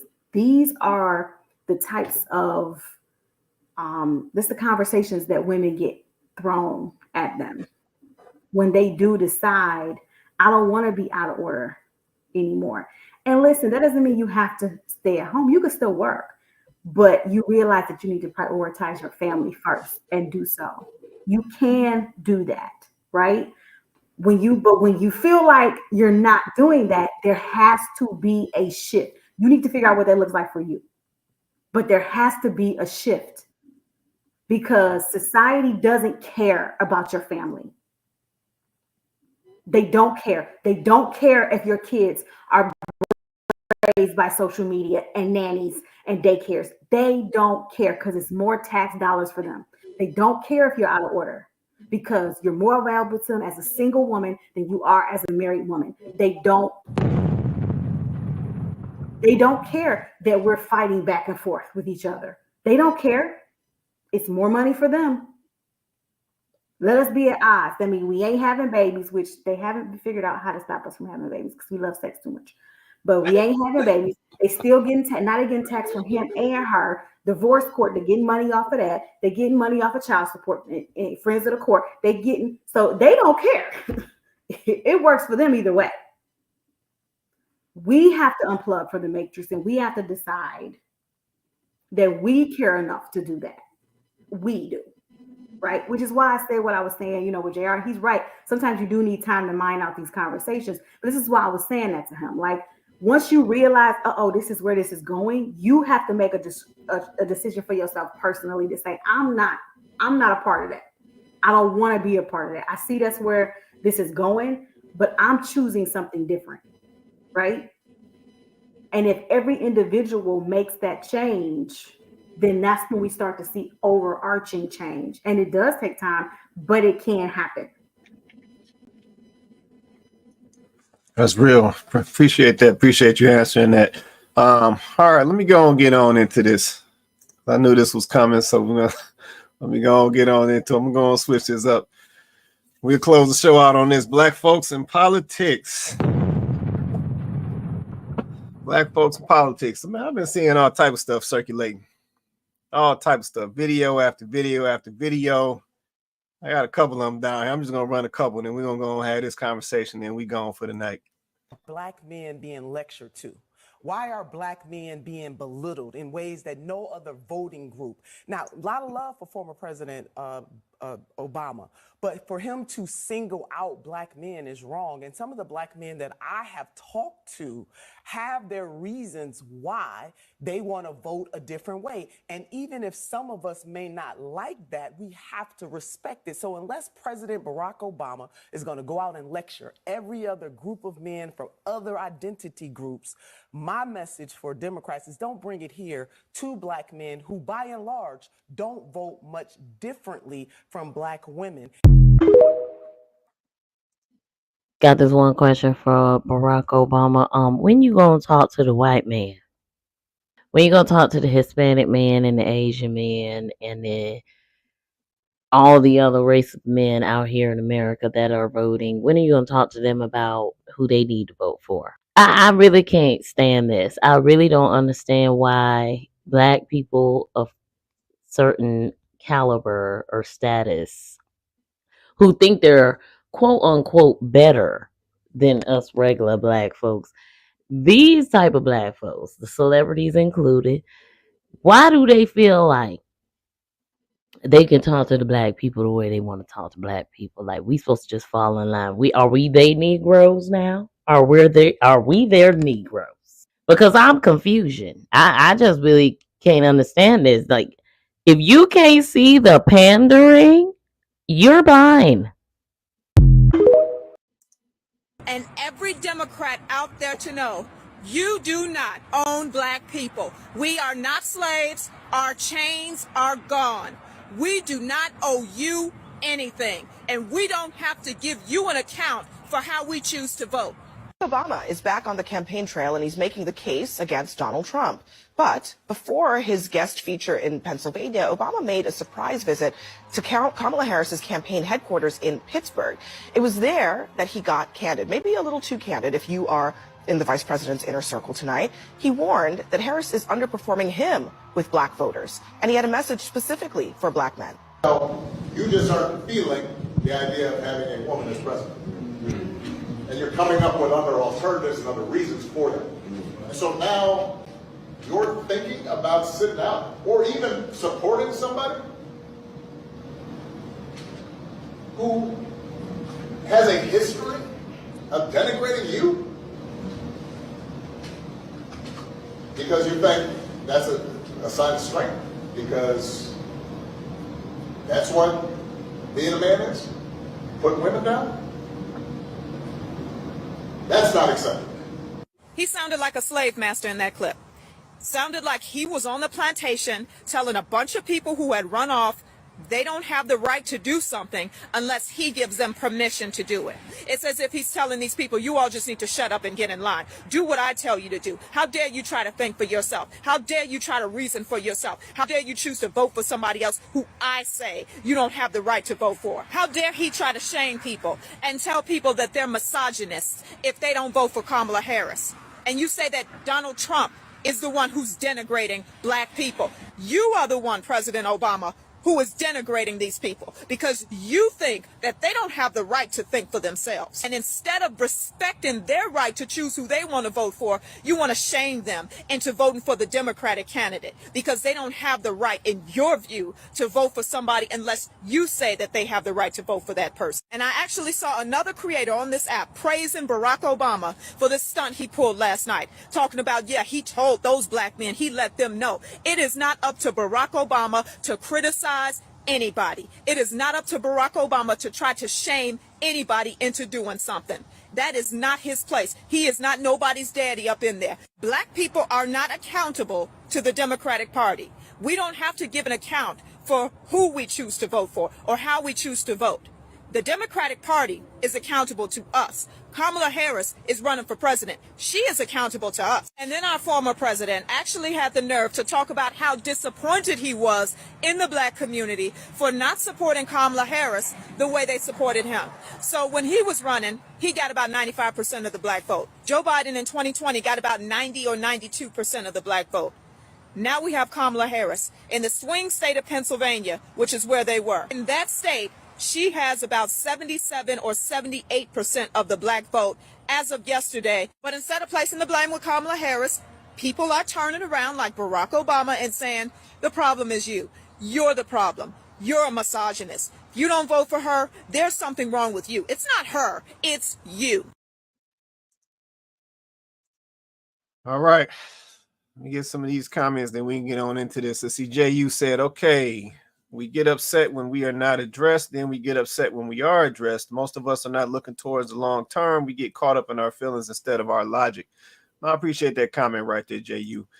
So I'm gonna keep it a buck. I wasn't gonna even talk about this because it'd be a lot of nonsense going on out here. I wasn't gonna even talk about it, but I've been seeing this circulating lately. It's problematic. Yeah, so I heard about the whole, y'all just saw the videos, but I heard about the whole situation with Barack and, calling the brothers out. And I think he actually used that word, the brothers. He used that word. So I heard about that whole situation. You know what I'm saying? I've seen some of the commentary and the interviews and so forth. I've been seeing the TikToks going crazy, the Instagrams going crazy. But another thing I'm seeing that once again is problematic is I'm seeing now black men and black women fighting each other. Yeah, we fighting each other over the election and based on this comment that Barack said, men don't want a female to be their president and all this nonsense. And then once again, just causing more divide, between black men and black women. But I said, I want to have a conversation. Because I said, once again, we run from no topics on this show. And if it's politics, it's politics. So we about to go on and go there. So drop a comment. Let us know what you think. I'm coming to the panel. Chloe, Vince, Joe, JR. Vince, I saw you like you was ready to get going.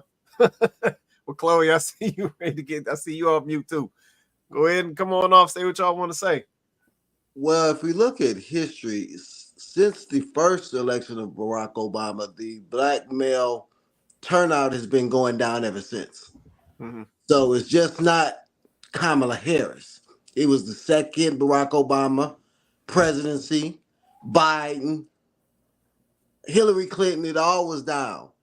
And I think it took a lot of audacity of hope for this man to try to sun us. Because that's what he did. He sunned you.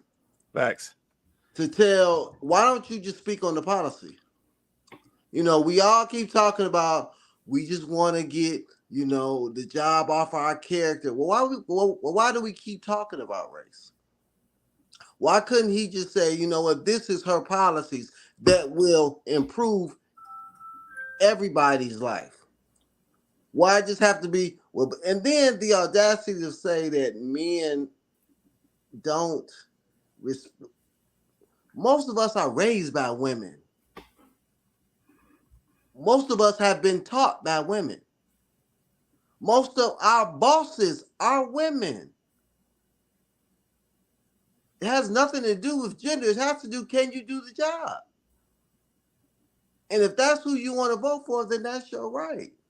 But don't try to sun me for voting someone else, because my values ain't your values. And that's one thing we got to do too. Stop trying to be on cold and be down and be all that. My values ain't your values. If I don't agree with something and that's what I stand on, then I have a right to vote for John F. Kennedy or whoever else is, Trump or whoever else is running. Right. You know, so I just, you know, I think he's trying to sabotage her myself. Okay. It was I given think a he little don't want her bit. to win. It was given a little bit of that. I will say, I thought that too, Vince. I was like, if this is your way of trying to help her win, man, like, then what would you do if you wanted her to lose? Because this is working in reverse. But also, I agree with you with the audacity. It's like, okay, so Jay, you made a point about we complain about not being addressed, and he's right. You know, like candidates don't typically address our community. They address the LGBTQ. They address immigrants. They address women's rights. There's a lot of, so we're not going to sit up here and act like they don't address specific communities. They absolutely address specific communities. The only community they don't seem to really, truly want to address is us. So then for you to come out as a former president, finally addressing us and saying something negative, yeah, we do got a problem with that. We do. We do. Because the first time you come out to address us, that's the way you do it, though. That's it. That's how you choose to address us. That's how you choose to address men. And not only that, but men are getting a lot of vitriol from women in general these days. They saying we don't need men, black men ain't ish, black men need to level up, black men are behind their counterparts, black men uneducated, black men broke, he's broke, it's giving broke. This is the stuff that they're saying, but then you want them to elect that to be the leader of their nation. Well, I'll be. That's what y'all expect. Y'all really expect them to do that? After all of that, why would they have any kind of positive feelings about a woman president when this is what they've been getting from women now for years? They don't want that over them. So yeah, I don't, and we're not going to just throw out her track record either as a DA, because there's been enough that have come out about her record there. So black men and any person who has reservations about her is fair, right? So let's just say you have reservations about both of these candidates, both of them, and you should, because trust, you should. But just like Vince said, how you choose is not off identity politics. It's not off the fact that she's a woman, she's black, and you know, she decided she black from one day to another. Sometimes she black, sometimes she not. Jury's still out about that. But you choose based off of which candidate most aligns with your values. What do you value as a person? What do you value as a family? What type of America do you want to see? Right? She, along with our current president, has had 4 years. They haven't done any of the things that she's now promising to do. They haven't lowered any taxes. As a matter of fact, inflation is through the roof. They haven't done anything about our migrant crisis. As a matter of fact, it's gotten worse. But she's telling you, if you give her a chance and elect her, she's going to turn it all around. Why have they not made any moves to turn it around in the 4 years that they've had the presidency? See, these are the types of questions you should be asking instead of yelling at black men about why they don't want to vote for her. And stop fighting each other. See, they keep us distracted with other stuff So we always miss it. Stop fighting each other. And who cares about Barack? He's like a gazillionaire now. He's richer now than he was as the president. So, I mean, as far as I'm concerned, his issues ain't my issues. We ain't completely different lives. So I would just say that, like, don't fall for it. It's like, what do they call it? It's a slide of the hand. Like, they got you over here debating Kamala Harris while over here, you know, they're running a whole election where we're still not really clear about this woman's policies. All she's done is said, well, I know you're tired of your grocery bills being so high. Sis, our grocery bills got high under you. Now you telling me you ready to do something about it? So it's kind of like maybe men are not as emotional as some of us women are. And they're looking at it illogically and they're like, yeah, it don't make sense. Nope. And as usual, unfortunately, I've seen women come out and be complete bullies. And, you know, it's really bringing out the worst of us. Yeah, that's all I got. No, I appreciate that. JR, it's on you, man. Yeah, obviously being the other side of the world, I don't really know too tough about the politics over there, but I can imagine it's messy like our one over here. So, yeah, obviously Miss Chloe took it down there in the relationship route, and obviously earlier I said it's about whipping men back into line. You know what I mean? So, and Miss Chloe said about the word fighting. You know, we're fighting each other, and you know, the men in America, whether it is going against Kamala Harris, how he's saying it, Kamala, yeah, going against don't want a woman to be their leader or whatever it is, right? But there's one thing that is never really never spoken about, or it's not spoken about enough. The black man's experience with a black woman. That part. That is never spoken enough. Because like I said, taking it back to the lady that was talking about the whole marriage and prostitution, right? Like I said, when I went on that page, yeah, all men will have problems with our women. Does that make sense? We all have problems with our women. So the white men, I believe, they was the first men to go their own way out the men because they got their own problems. So they said, you know what? I'm going overseas.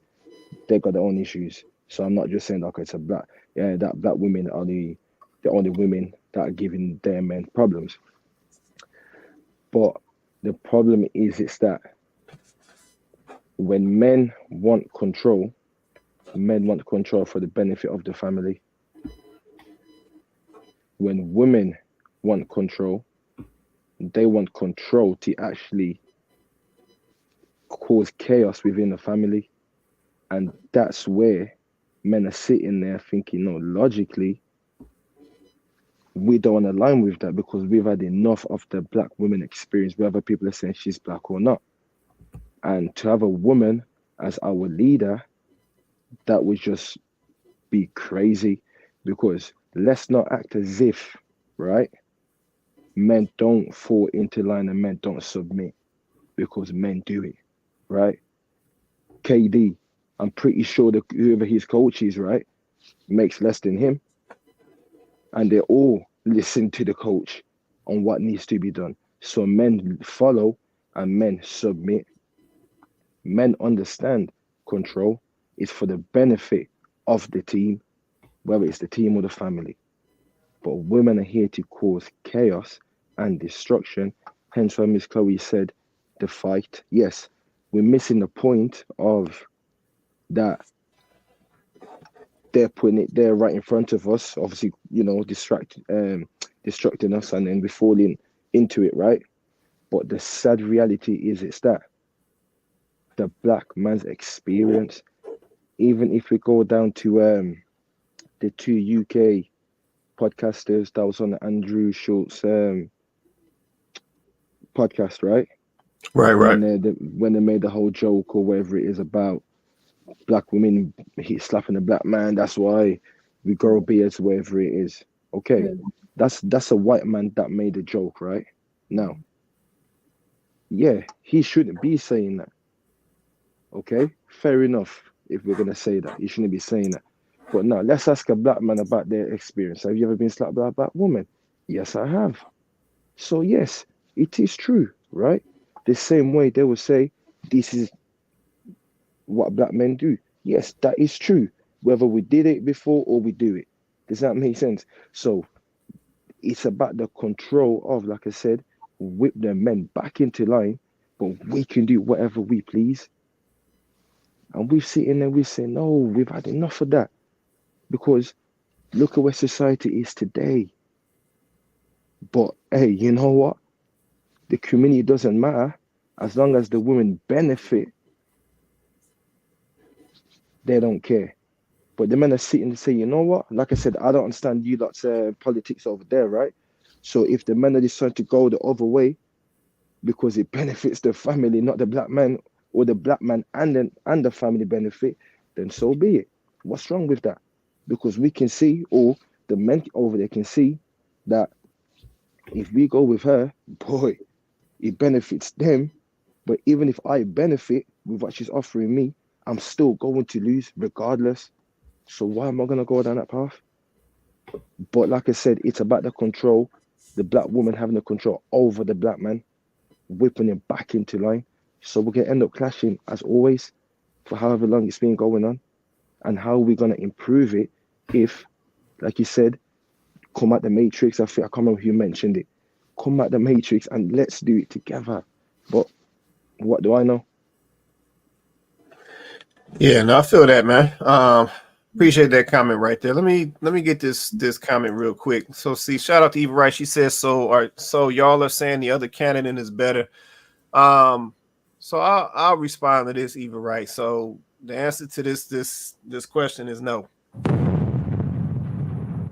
Yeah, so I don't think anybody is saying that the other candidate is better. You know what I'm saying? Some folks may feel that way, but I don't think anybody is saying that. I think what folks are saying is when we're coming into these elections, it should be based on policies. Yeah, policies that are being presented from the candidates and what your value system is or your system of standards is in your household. That's what folks should be voting off of. It shouldn't be off of identity politics. It shouldn't be off if this lady is black or not. It shouldn't be off if she went to Howard or not, if she an AKA or not. It ain't got nothing to do with that. That ain't got nothing to do with the policies. It shouldn't be off the fact that, you know, her boy Barack got up here and sunned all the black men. It shouldn't be based off of any of that. It should be based off the policies and what your system of values is and how it's going, you know, said policy is going to affect your family. Yeah, but that's the only reason, to be honest with you. That's the only reason I'm even having this conversation right now, because I see it happening. We're pushing candidates based on identity politics. Yep, I got a ex-president coming back from 2008, 2012, coming back out the woodworks, sunning black dudes at a campaign headquarters, talking about what they is and ain't gonna do. That's not what this is supposed to look like. Yep, then I have that ex-president saying that black men are not voting for one of the candidates just because she's a black woman. And I'm like, where you get that from? It's crazy. And that's coming from a past president saying that. Yep, and we always like to talk about context and facts and fact checkers and what's your source. But then I have an ex-president, regardless of who he is, I have an ex-president coming up saying that a black man does not want to vote for a candidate just because she's a black female. That's crazy work. Yep, and then the fact that nobody is really calling that out is even more problematic. Because see, that's that gender war garbage. Yep, that's that gender war garbage that we talk about on this show that we don't support. Yeah, I'm not about to go out here talking about, these black men, they don't want to vote for Kamala because she a black female. That's crazy. Because I ain't heard not one black dude say that. But I got a president saying that. Well, ex-president saying that. That's crazy. Yep, and the fact that we are not in an uproar about that is even more problematic from my perspective. Because once again, there's so much emotion and identity nonsense that gets wrapped up in the relationship that is between the black man and the black woman. And it's like we just don't even see it. Yeah, this stuff continues to happen and we just don't even see it. But what we do is we'll play into it. Now I'm seeing instances of black women going off on black men because black men don't want to vote for Kamala because she a black female. And it's like, what dude said that? Yeah, this the same dude that you coming at right now. This the same dude that was stepping next to you at Howard. This your line, brother. That you talking about now. Yeah, you was the AKA, he was the Q. You remember him?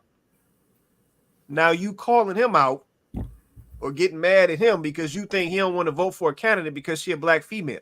And he ain't said nothing of the sort. Yeah, so that's my issue with it all.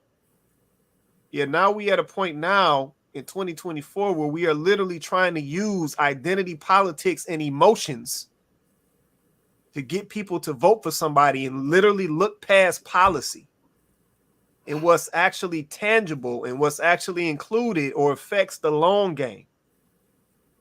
Yeah, that's my problem. So yeah, to your original question, then I'm gonna be quiet. It ain't about no. This we ain't saying this other candidate Donald Trump is better. We not saying that. Yeah, what we saying is we need to understand and make sure we are voting around the right structure and based on the right context. That's right. That's right. Yeah, not somebody's skin color, not what college they went to, not what sorority they're part of, not what McDonald's job they had when they was younger. Who got the right policies that's going to benefit my family and what I got going on? Right. Yeah, who got the right policies that's going to take some pressure off of what's going on out here? Right. That's the stuff that's important. Right. Yeah, not this identity stuff, and definitely not no ex-president coming up trying to son no grown men. Now let me touch that one more time, and then I'm gonna be quiet. Okay. We talk about leadership all the time. Yeah, we talk about leadership all the time. What kind of example of leadership was that? So you gonna walk up in the room with some other black men talking about what they is and ain't gonna do. Not based on no actual factual nothing, not based on no context, not based on what's best for their families, not based on their experience as a black man in this country, not based on if they got sons and if they concerned about how that's gonna play out. Like, we really need to check what we be letting ride out here. That's why I say we gotta call some of this stuff out. Yeah, we got to call some of this stuff out because, like I said, just watching some of this stuff play out, some of this stuff is wild, and we let this stuff ride. Yeah, we let this stuff ride and we let it go like it's okay, and that mess ain't okay. So, man, some of the stuff we got to wake up to, man. Let me just keep it a buck. Go ahead, Vince. I'm quiet, man. Go ahead. I got something to say, but this is just a pandering to the black woman. He would never get on national TV and shame the black woman. He wouldn't do that because that would affect his pocketbook. That would affect his Netflix specials and his books he probably gonna put out. And did y'all hear him say, "Don't let me have to call Michelle"? Y'all didn't hear that part. Y'all don't want me to have to call Michelle. What? She gonna spank us, huh? That's Big Mama go, go get the switch, huh? Did he say that? Don't let me have to call my wife. What kind of leadership is that? I don't call my wife for nothing when man's supposed to be handling something. Men handle stuff. It was just the whole play into men don't think women run the show. We just got to go along to get along. And you know what? We have to evolve our mindsets. This is not 1920. This is not 1930. This is 2024. There is a difference. Mm-hmm. There is a difference. And I'm sick of everybody got to come from the hood. My kids ain't going to know nothing about the hood. Neither is his. Oh, well, we all come from the hood, and our mama had an EBT card, and she had to. When we go evolve our mindset, and it depends who's the best candidate for you. Everybody's situation is not the same, and I'm not voting for my pastor. I'm voting for my president. Right. So for me, it comes down to economics, and for me, I don't care. I say it because I don't care what people think about me. My pocketbook was better in 2016. So was my mine. interest rate. My interest rate on my mortgage is 2.9, not 7.6. So now I will say, I have to be honest. If he had never been president, I would be like, ooh, because I didn't vote for him the first time. I actually voted for Hillary Clinton. I didn't vote for him the first time either. I voted for Barack because my thing, I deal with the policy. I'm a total independent. I'm not beholden to nobody because they ain't beholden to me. Because where the George Floyd bill at, Barack Obama? That part. When you came in and saved the banks, I ain't see you saving nobody's mortgage from the whole crash when people was losing their houses. You saved them banks. So don't come at me talking about, well, we're going to do something for the... Just lower my taxes. Give me my money and let me figure out how to deal with it. So, yeah, he a better candidate for me. I don't care. He a better candidate for me.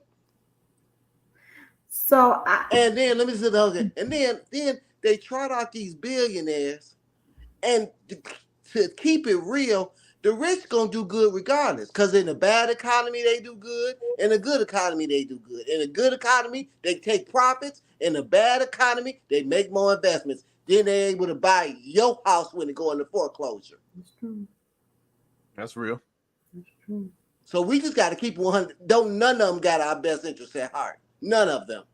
That's facts. So you better vote your pocketbook. Now, that's facts. If you need student loan forgiveness and you need things, yeah, that's your candidate. If you want to, that's your candidate. But don't get mad at me because I want more money in my checks. Don't get mad at me because I got a corporation and I need my corporate taxes cut so I can benefit my employees because I give real black jobs. Oh, well, you think you better than everybody else. Say what you want to say. I think so. I would say this, right? Because this is a very highly emotional. It always is.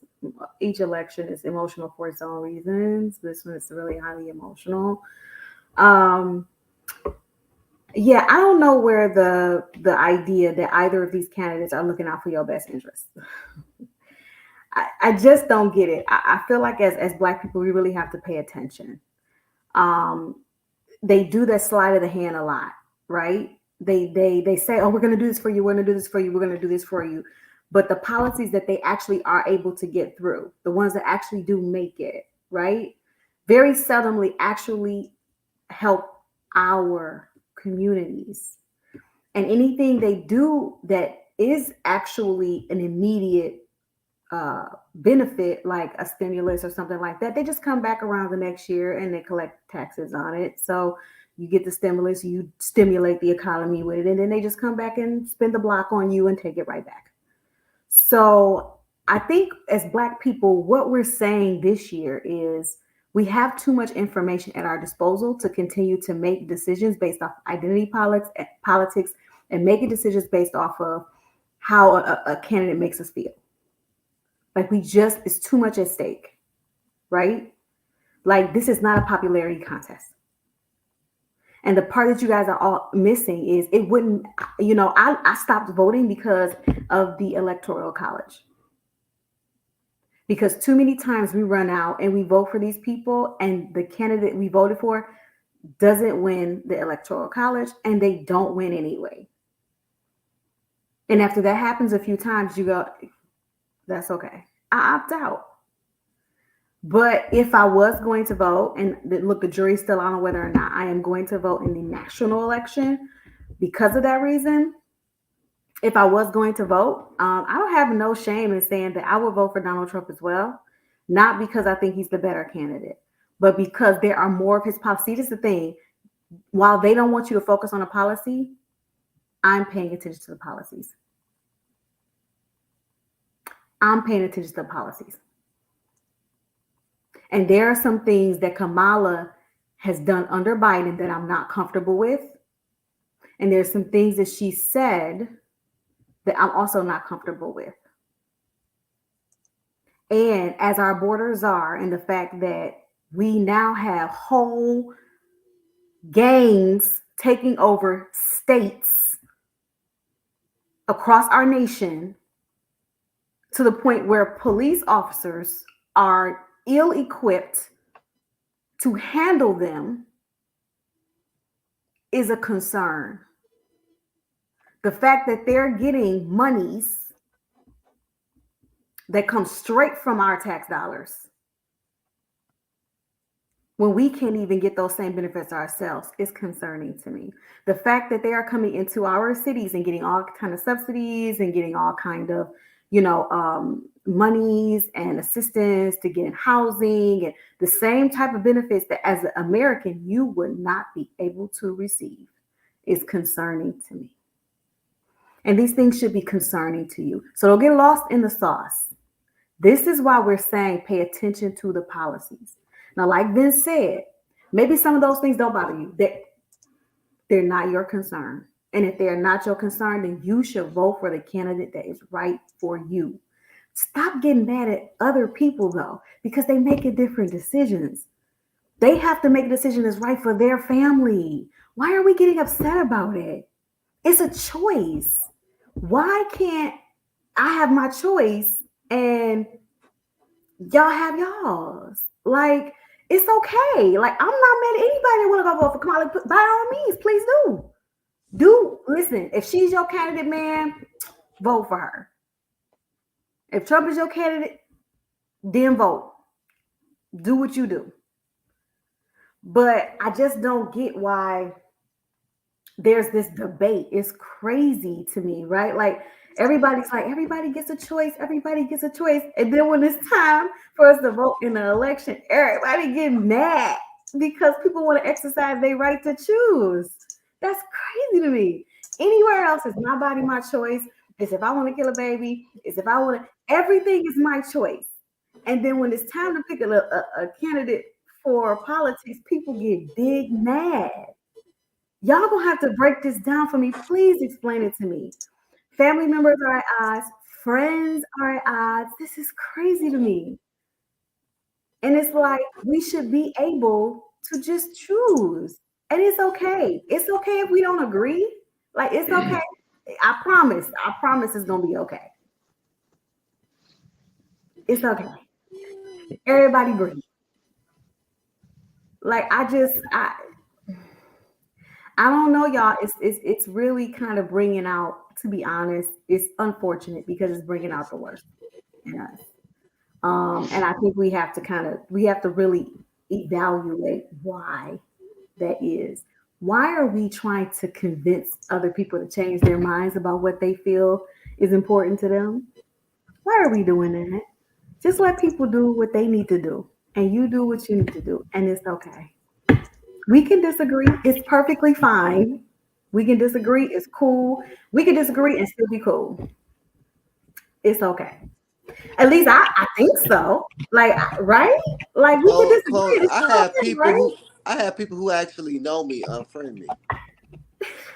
I said, good. So now if I see you in public, I don't have to speak to you. Right. Like, that is kind of crazy. That's crazy to me. Like, I don't know. I don't know what else to say about that. I don't know what to say about that. Yep. You get the comment from Donovan. He said another level of divide and conquer. Another level of divide and conquer for the general population. Yeah, no, that's definitely wrapped up in there. It's definitely wrapped up in there. But I think we have to, we gotta think about what's going on. I'm gonna read this comment as well, because I said we having a conversation. Even right, he said Jamar agreed with y'all so much, but this has taken a turn. None of this is emotional to me. I don't care about either politician. Y'all putting out false information. Okay. I'm open to all of that. So I said, drop a comment. Let us know what the false pieces are, and we can test that as well. If it's not emotional to you, then that's great, right? When we speak in generalities, right? So we're speaking to all people. And there are some people that are very emotional about this, Jamar. Like, you might not be, but there are some, especially some women, that are very, very emotional about this. So we're not wrong about that, Jamar, just because you're not emotional about it. Okay, friend? Like, there are some women that have gotten on these social media platforms and they are big mad. You might not be, but they are very angry. They are very angry at Black men. They are very angry, and they will tell you that. So you're not emotional, but there are some people that are very emotional behind this. And, please, by all means, like, what false information? Because we haven't really even talked a lot of policy stuff, because we could be here all night with that. But I mean, honestly, if y'all want to have that conversation, we'd have to have that on another show. That's all we talked about. Which, if that's something that y'all want, that's something we can do, right? Because if it's necessary and it's needed, then we should have the conversation. But we didn't talk about policy. So what false information are we sharing? Because there are emotional people, very emotional, and there are people that are making their decision based off being a Black woman. I've literally seen women say, I'm voting for her because she's going to be the first Black president, female president. I've literally heard women say that. So there are women who are actually voting for Kamala because she will be the first Black female president. And so I'm like, okay, it's a thing. So y'all gotta let us know where we missed it at. Where we missed it. Shout out to Mr. Wright. He said, love y'all. Y'all gonna make me call in. Man, you can go ahead and hit that link, Jamar. You can pop on up on the screen, man. We had this conversation, man. Come on, because y'all know people got them stimulus. Those stimulus packages were automatic for a lot of people. You couldn't even opt out of it. They sent everybody got a little check, okay? And then they came. You couldn't opt out of it. Jamar. So you got the check, boo. Even if you ain't used it, you got it. And unless he was a millionaire, right? Like, unless he's making a start. And look, I don't know your pockets. Ain't counting your pockets. I don't know your pockets. You might. We need to recognize. But most Americans got. Ain't no way, boy. And then they turned around. They spent the block on that. And they got taxes off their stimulus check. So maybe, my bad, Jamar. Like, I ain't in your pockets like that. So maybe you ain't get it. But yeah. Let me get this comment right here. Let's see. Even Wright said, but is it though? She said, I don't like the assumption made about stimulus and loans. So see, I made too much by myself to get a stimulus. Okay. No, I mean, I understand that. I think it was, based on people's, income and so forth. So no, I appreciate that comment right there. Let's see. Donovan said, I've heard the same, Chloe. I got a friend who said it herself. Kay Harris looks just like some of her very own relatives. Yeah, it's a lot going on. It's a lot going on, I guess. I've been hearing this stuff too. Even right, next time I'm about to go to bed. Let's see. Didn't get the check. LOL. No, I appreciate you, Even Right. And like I said, we I'll say it again. We run from no conversation on this show. Yeah, but I'm willing to bring the platform to whatever we need to talk about, because at the end of the day, the goal is to move us in a better direction collectively. Yep, especially when it pertains to our relationships. Yep, and this election for me is just another device that we are using to keep us apart. Yeah, when I'm looking at some of these, the Black women out here coming for these brothers, I'm looking at some of these brothers coming for the Black women out here, all based on this election. You're just bucking. Yeah, don't really know what Donald Trump thinking, don't really know what Kamala thinking, but all they know is I can't stand this black man because he don't want to see this black woman as the president. That's all she thinking. Yeah, but then the black man, he over here thinking, well, I can't stand this black woman because she just want to vote for this lady because she a female, and regardless of if she is gonna be good at the job or not, I'm just gonna vote for her because she a female. And it's like now we even are using the election to keep us apart, to be fighting and bucking each other, to keep us divided. Yeah, but that's what I'm saying that we have to stop. We have to stop letting all of these things come into our spaces as black men and black women and allow it to divide us and push us farther apart. Yeah, that's my main issue. Yeah, you go vote however you want to go vote. Yeah, but if the policies is gonna help your family and what that person's talking about, do what you do. Because you got to take care of your family and pay your bills and make sure your kids is good and your marriage is good and so forth. Do what you do. Yeah, but we got to stop letting this stuff push us apart because our strength is in our numbers. Our strength is in working together, but we allow all this nonsense. It's like people just come out of the woodworks and just drop this stuff right in our lap. And then we start seeing what we pick a side and then we start fighting. And that's literally how this stuff go. If it don't matter what it is, it can be an election. It can be R. Kelly. We pick a side, we be fighting over that. Mm-hmm. It can be Diddy. We pick a side, we fighting over that. And it's like now we can't be together. Now we can't rock with each other because I don't like your position on this or you don't like my position on that. And we do that with all of this stuff. Yeah, I'm surprised we ain't doing it yet with the Detroit Lions. Like we do that with all of this stuff. Then we end up arguing. Yeah, the black folks end up arguing amongst each other. Then the folks who planted it or dropped it in our lap, they be off sleeping good. Mm-hmm. Like Vince said, they over here making their money when the economy up and when it's down. They making it both ways.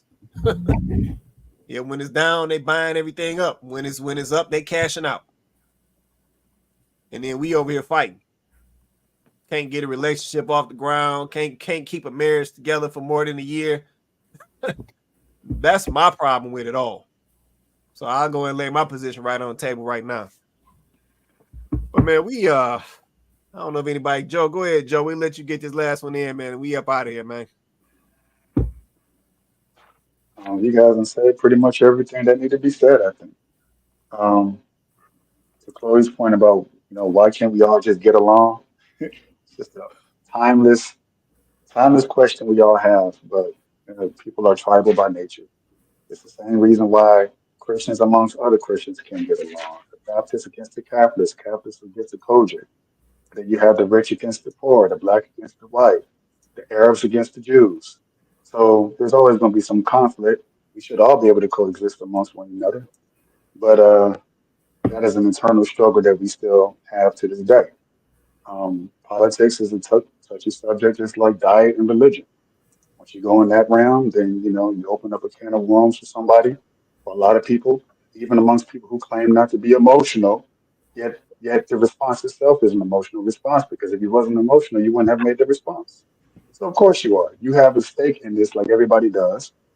But to pretend as if you're so impassionate that you're so, I'm out of the loop, that's a lie, because almost everybody's in the loop. To what degree depends on each person. But quickly to the topic with Barack, well, I think everything was said about Barack that needs to be said. He's always been that way, though. He won his campaign based on the patronizing, the infantilizing of black people, not just black men, but black women too, and using that. But what he said was really a reflection of how a lot of white Democrats feel internally. Every once in a while they slip up and they'll say something like, if you don't vote for me, you ain't black. Or Hillary Clinton pulling out the hot sauce out of her bag and speaking in slang and did. So he's not the only one to do it. He's doing it in a more polished way. But this is the level of contempt that a lot of Democrats have for black people, especially black men. The very same people who vote unanimously in their favor. So they're talking down to the very people. And honestly, is it evil? Yeah, it is. But then again, we allowed it for almost 80, 100 years or something, 50, 60, a long time before the switch happened. We used to think about these things. We used to have a conscious ability, and then we lost that ability. And we start walking lockstep with black women in the way they vote to our detriment. So only now have we started to think, I was like, wait a second, why is he talking to us like this? Well, it's because that's the way he won his presidency. In a lot of ways, he won without having to give any concessions to us, without having to offer any policies that we found useful, Right. giving them to gay people, giving it to white people, giving it to all different types of group of people, Jews and everybody else but us, because he didn't Mhm. have to do it with us. So he's coming from that place of this is how I won my last two elections. This is how I got my 95% by not catering to you Negroes. And so who are y'all to step out of line like that? Do I need to get Michelle out here to check y'all? Because it worked. So he's doing it because it worked and it's still going to work. I mean, that's not, yeah, she's not going to get as high, 90%, but it's probably going to be around 80, 75% at the lowest. So she's still going to get a lot of people, black men, who are going to vote in her favor, even after hearing this and this going viral. It's going to go right over a lot of black men's head, and that's what they're banking on. But lastly, um, I don't really think they care at this point. They pretty much got the votes they wanted. They brought all the illegal voters in, or the illegals in. They won't be able to vote, but their children will be able to. And they're going to say, well, I got in when the Democratic president's in. They're going to raise their children to vote Democratic, and that's how it's going to work. So they've already got this planned out. We figured it out a little too late, a lot too late. So yeah, we can vote differently, but it's not going to no longer have that same effect on changing the tide of an election, national election, like it did of yesteryear, because they got what they wanted. They're not going to be able to export all of those illegal immigrants back to where they came from. Maybe half if you're lucky. But then, children get born, they get naturalized, and then the indoctrination takes place. The specific states they were sent to gets infected, and then it just kind of sent it. It's a very political game. So they kind of figure, well, this was going to happen. So yeah, is it a problem for them? Yeah. Would they have liked that we stayed, lockstep in line with them? Sure. But they no longer need us to. And that's the reality of it. So that's American politics for you. Yeah, no, that it is, man. Appreciate that comment right there. All right, man. We're gonna get ready to get up out of here. I'm gonna take some closing and we gone. Chloe, Vince, Joe, JR, go across top, bottom, and we gone. Chloe, it's on you. I'm just gonna try to we talked about a couple different topics, but I'm just gonna kind of leave it with this, right? Like, I think at the end of the day, if we really actually want to see the gap, the bridge the gap between black men and black women, then I think we have to I feel like we gotta keep people out of our business. I mean, keep people out of our business. Like, why are we letting so many external situations and opinions and narratives make us, determine how we're going to feel about each other? It's always been the black man and the black woman. Throughout time, it's always been the black man and the black woman. And yeah, there are some things that black men are doing that I don't agree with now. There's things that black women are doing that I don't agree with now. But at the end of the day, we're the ones that are going to have each other's backs. Because I gotta take it from Michael Jackson. They don't really care about us. They don't. So while we're fighting their battles, while they benefit off of it, it's just creating a larger divide between us, and we're still getting nowhere. As individuals, we might be doing fine. We're doing fine. But as a community, we're at the bottom. And see, they would love more than for us to stay that way. Stay at the bottom. And the more we fight each other, we cannot level up separately. Black women, your leveling up doesn't give because you're leveling up alone. In order for it to have the impact that you want it to have, it has to be united. Then we all come up as a community. Then we actually can affect some real change. See, the difference between some of those other communities that they factor in to create real policies that benefit them is because they actually, and I hate using this term, but I just don't know how else to say it. They have a seat at the table, this proverbial seat. And really all it means is they have enough influence and power. That's it. Their voices are influential. Their voices are powerful. They care about what these communities are saying. Because these communities, whether they like each other or not, they come together when it's time to fight for their causes. Meanwhile, we fight each other so much that we don't even know how to unify when it would benefit us. We still telling Black men and Black women in the same house. The Black woman is mad at the Black man because he don't want to vote for the candidate she wants him to vote for. This is where we are. This is why we're not advancing as a community. That's why. So, I would just say, like I was kind of mentioning, to JR earlier, the points that he made are 100% valid. But if we're talking about how do we move forward, right? How we move forward is we put away anything that doesn't benefit us. We put away relationships, jobs, mindsets, perspectives, habits, anything that does not benefit, anything that is not profitable, get rid of it. It is holding you back. It is a distraction.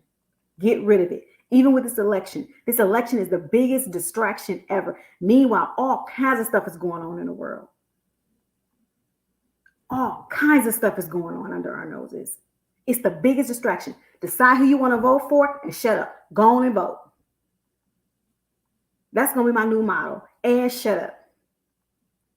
Because at the end of the day, all of us, I'm going to just go out here and say it. We all emotional. We are. That doesn't mean you're an emotional person. We're all emotional about this election. We're all emotional. We can deny it, but it's true. We are. It just means we care. And we all care. So to say that you don't is cap. You do. That's why when people start talking about it, you gotta get your point out. Because we all care. We all have some level of care about this. Because at the end of the day, we all know it's going to affect us. So of course we care. We're supposed to. We're just not supposed to be led one way or the other. I hear you, friend, but I don't believe you. I'm sorry. I don't. I don't believe you because whoever gets picked affects your family just like it affects mine. And I think you care. So if we could reduce it just to money, then that would be great. But there's so many other policies and things that go on in the world that aren't just about money. But anyway, this is what I mean.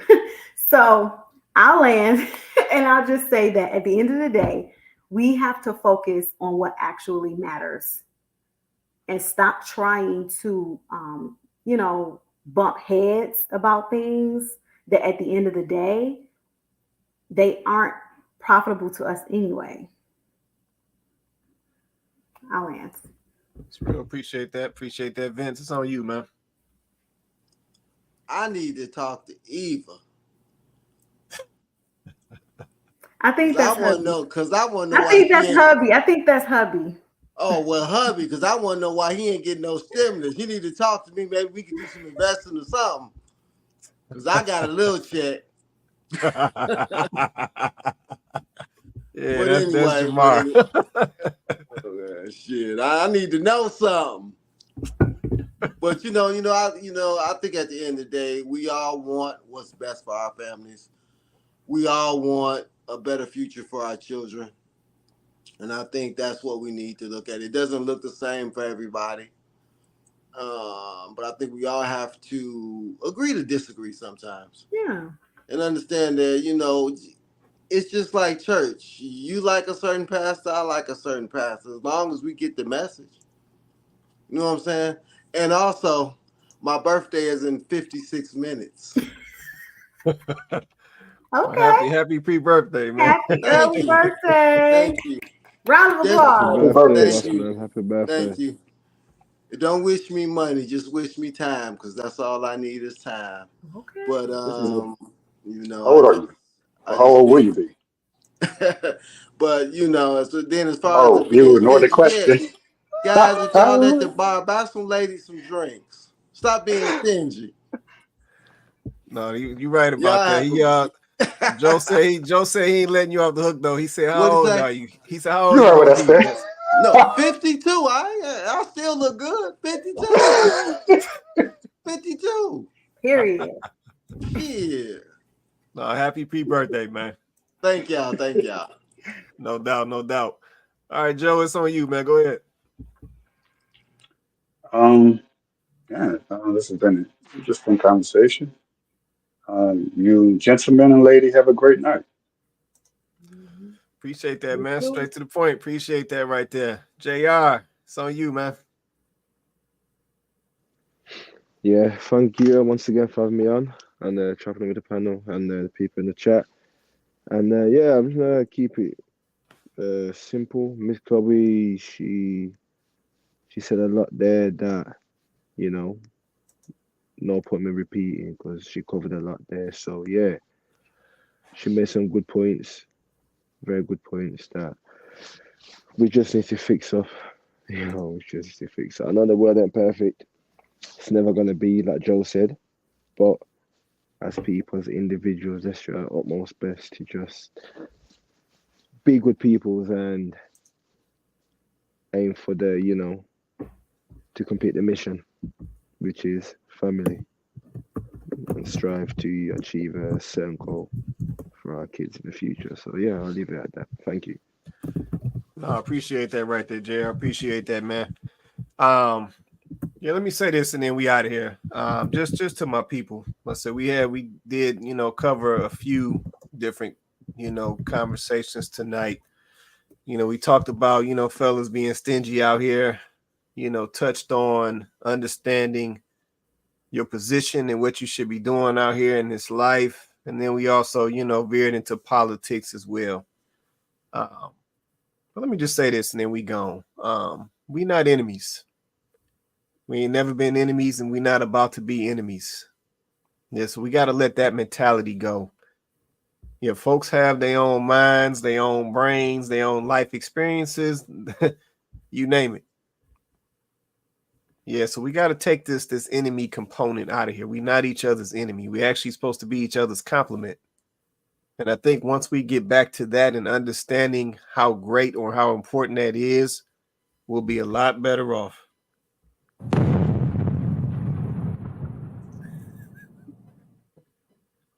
All right, so let me get us on up out of here. So shout out to my panel, shout out to Chloe, shout out to Vince, Joe, JR. Appreciate y'all holding me down tonight.